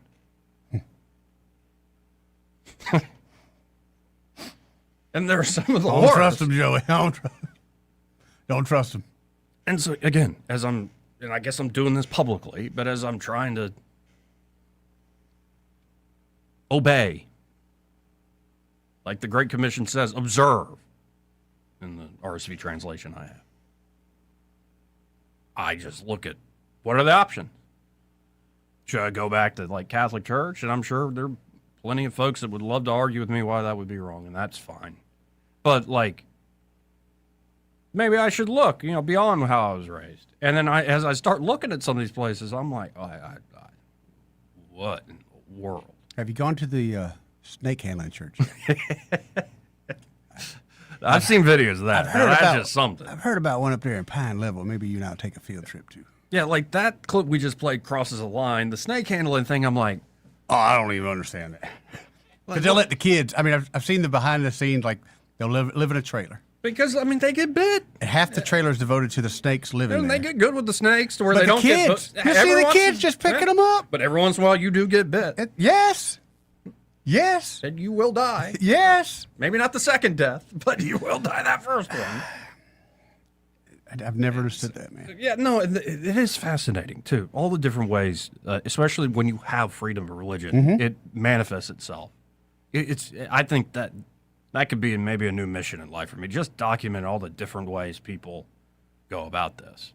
You could see it two ways. You could see and you probably would see it two ways. You would see your loyal followers, but then you would also, you being you would be able to tell the ones that are there for their own selfish reasons. I always think about, it's an old conversation. I can't remember. It was Christopher Hitchens back when the New Atheists were around, and he was talking with a very well-studied Roman Catholic. Forgetting the guy's name. Big dude. He was a writer, critic. And they decided to make a documentary together. Okay. Even though they didn't agree on anything, they decided to make a documentary, and They said that one of the churches they went to was a cult, and definitely a cult, that worshiped the atomic bomb. Really? Yeah. I think I saw that in a movie. I thought that was just a movie thing. Yeah. Oh, wow. And so there's all sorts of, like, and to me, what it says to me is there is a muscle there. There is an instinct there. There is something written on your heart to where you will worship. Even when you don't think you are, you will. And be careful what you do worship. Almighty dollar. Look at us all. Dollar? Or how much do you worship those creature comforts? I'm looking in the mirror saying this. Yeah. If all that great food you like was taken away, if all the entertainment was taken away, if all your stuff in general, all the distractions were taken away, what are you actually pointing your heart, mind, body, and soul towards? Getting something to eat. Survival. I'm going to get that chicken. Okay, that's right. You saw that bird walking around? I know they got like 12 chickens. They ain't going to miss one. They ain't going to notice there's I'm just going to take it leg at a time. I'm just going to take Good chicken like that, you can't eat all at once. Anyway, I just had to let this out because I saw this morning, and I'm like, what in the world is this? As disturbing as that is, it is quite disturbing.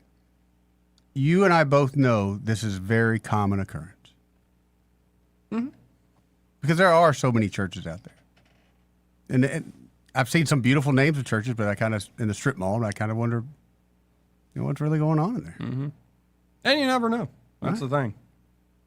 And the Didache that I mentioned, it actually has a whole section on, the two ways, the way of life, the way of death. Yeah. And it's all just listed out. It's actually very practically, like, here's how you should, if you're trying to be a Christian, live how to do it. But then has a whole other section, how to notice, how to distinguish prophets from false prophets. So these traveling prophets, charlatans, and if they really are prophets, you should treat them as like high priests, as folks who really are imbued with the Spirit and giving you insight. But then, like, who are the false prophets? There are a couple ways. One is, do they ask for money? Yeah. Yeah, then they're probably false. Well, and it's one thing to ask for like you have an established church and it's a general like tithe. Right. For the community that's established. But it's like a traveling guy and trying to get some money for the flock. Yeah. Another was how long they stay. Do they have a trade? There's all these, it's fascinating. And again, it's not canon, it's not scripture, but it's like one of the earliest pieces we have from the early church. And it just doesn't mean like that's the exact right way. Correct. But it does suggest like, maybe the folks that were in the same lifetime as the actual apostles had some insights into the truth of this stuff. I'd like to think so. Perhaps. Anyway, I'm going to hit this break. Because I know, like, I'm not alone. And I look at that and I go, what? No, you're not alone. What in the world is that? No. What in fact, I got more respect for the snake handlers. Oh, yeah, me too. I mean, I think they're being kind of dumb. Like, right, but I've got... They're also a little courageous, too. Like, I mean... I just got more respect to go in a pulpit, a place of God, and put that out there. And to me, I could be wrong, but I doubt it. She's justifying what she chose to do. And by saying, by invoking the word of God. Yes, God allowed me to do this. No.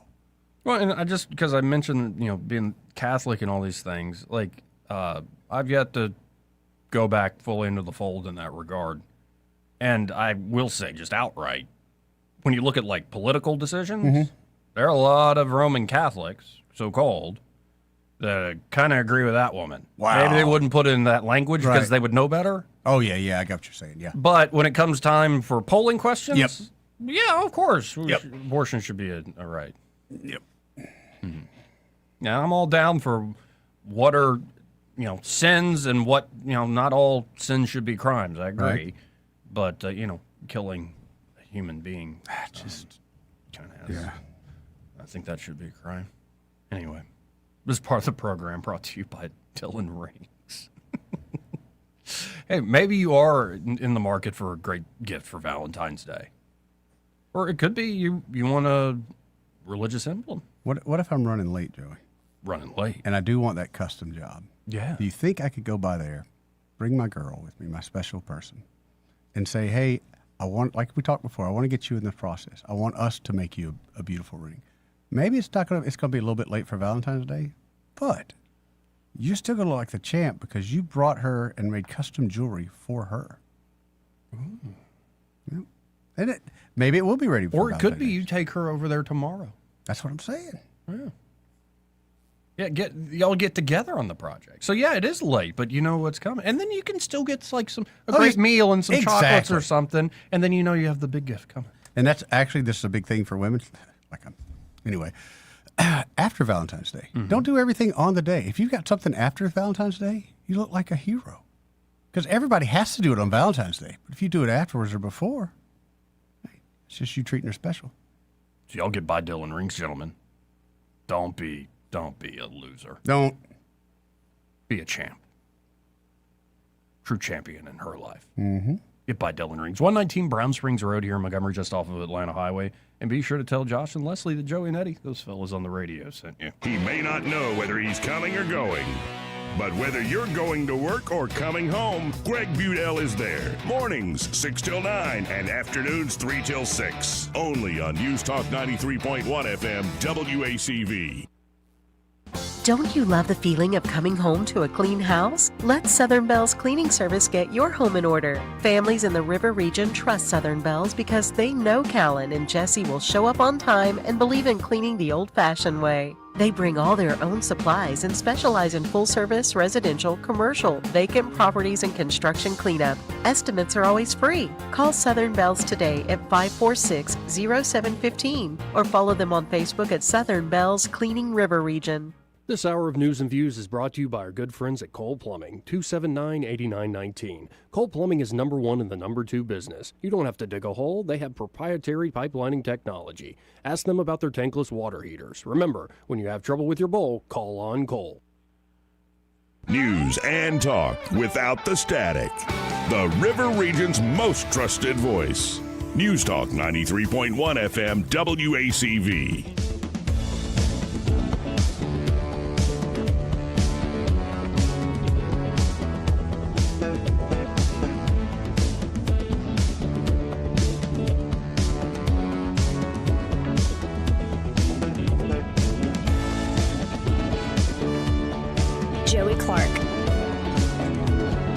Welcome back. Let's go to the phones and talk to Ray Bowles from Prattville Carpet. Hey, Ray, how you doing?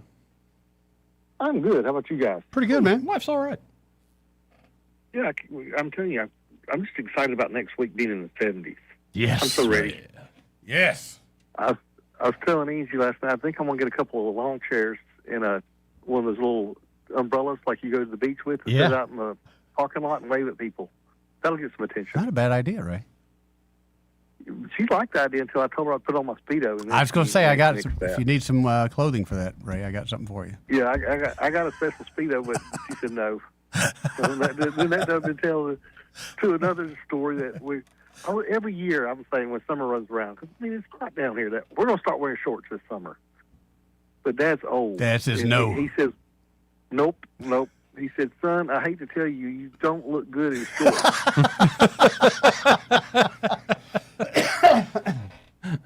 At least he's being honest. So, yeah. And I look around at my sales staff, and I'm thinking, yeah, he's probably right. We don't look good in shorts. Yeah, I've never seen you in shorts, but I'm guessing he's right. I'm guessing Ray's legs don't see that much sun. Mm-hmm. So, yeah, I'm guessing they're going to be bright. Well, Terry's from Scotland. You can't get much whiter than that. I didn't even think about that. Yeah, I mean, you're talking about a whole other level of white. It's scary. Yeah. We like a bunch of ghosts walking around. Exactly right. So, but hey, if you need a floor, call us, 285-8117. We're going to come out and give you that free measurement. We're not going to be wearing shorts, so we're not going to scare you. You don't have to put your sunglasses on when we walk in the door. We're in and out in about 15 minutes. And then from there, we bring out the samples and get a new floor down, and boom, it's done. Just that simple. Just that simple. Just that simple. 285-8117. Y'all be sure to tell them that you heard Ray on the radio with Joey and Eddie. Hey, y'all have a great day. See you, brother. Ray. Yeah, and by the way, just so y'all are clear, I'm trying to be high and mighty here. Like when I read those two ways, like the way of life and the way of death, I was like, oh, damn. literally dam, there's a lot of, myself included, the way of death is easy to fall into. Oh, really? Yeah, it's really easy. It's not always like, murder. It's all sorts of stuff that will eat at you slowly. Syphilis. And it's like, well, I need to work on that. A lot of stuff. Right. Hopefully here a lot of years you can work on that, Joe. Yeah. Who knows? You never know. You never know. That's it.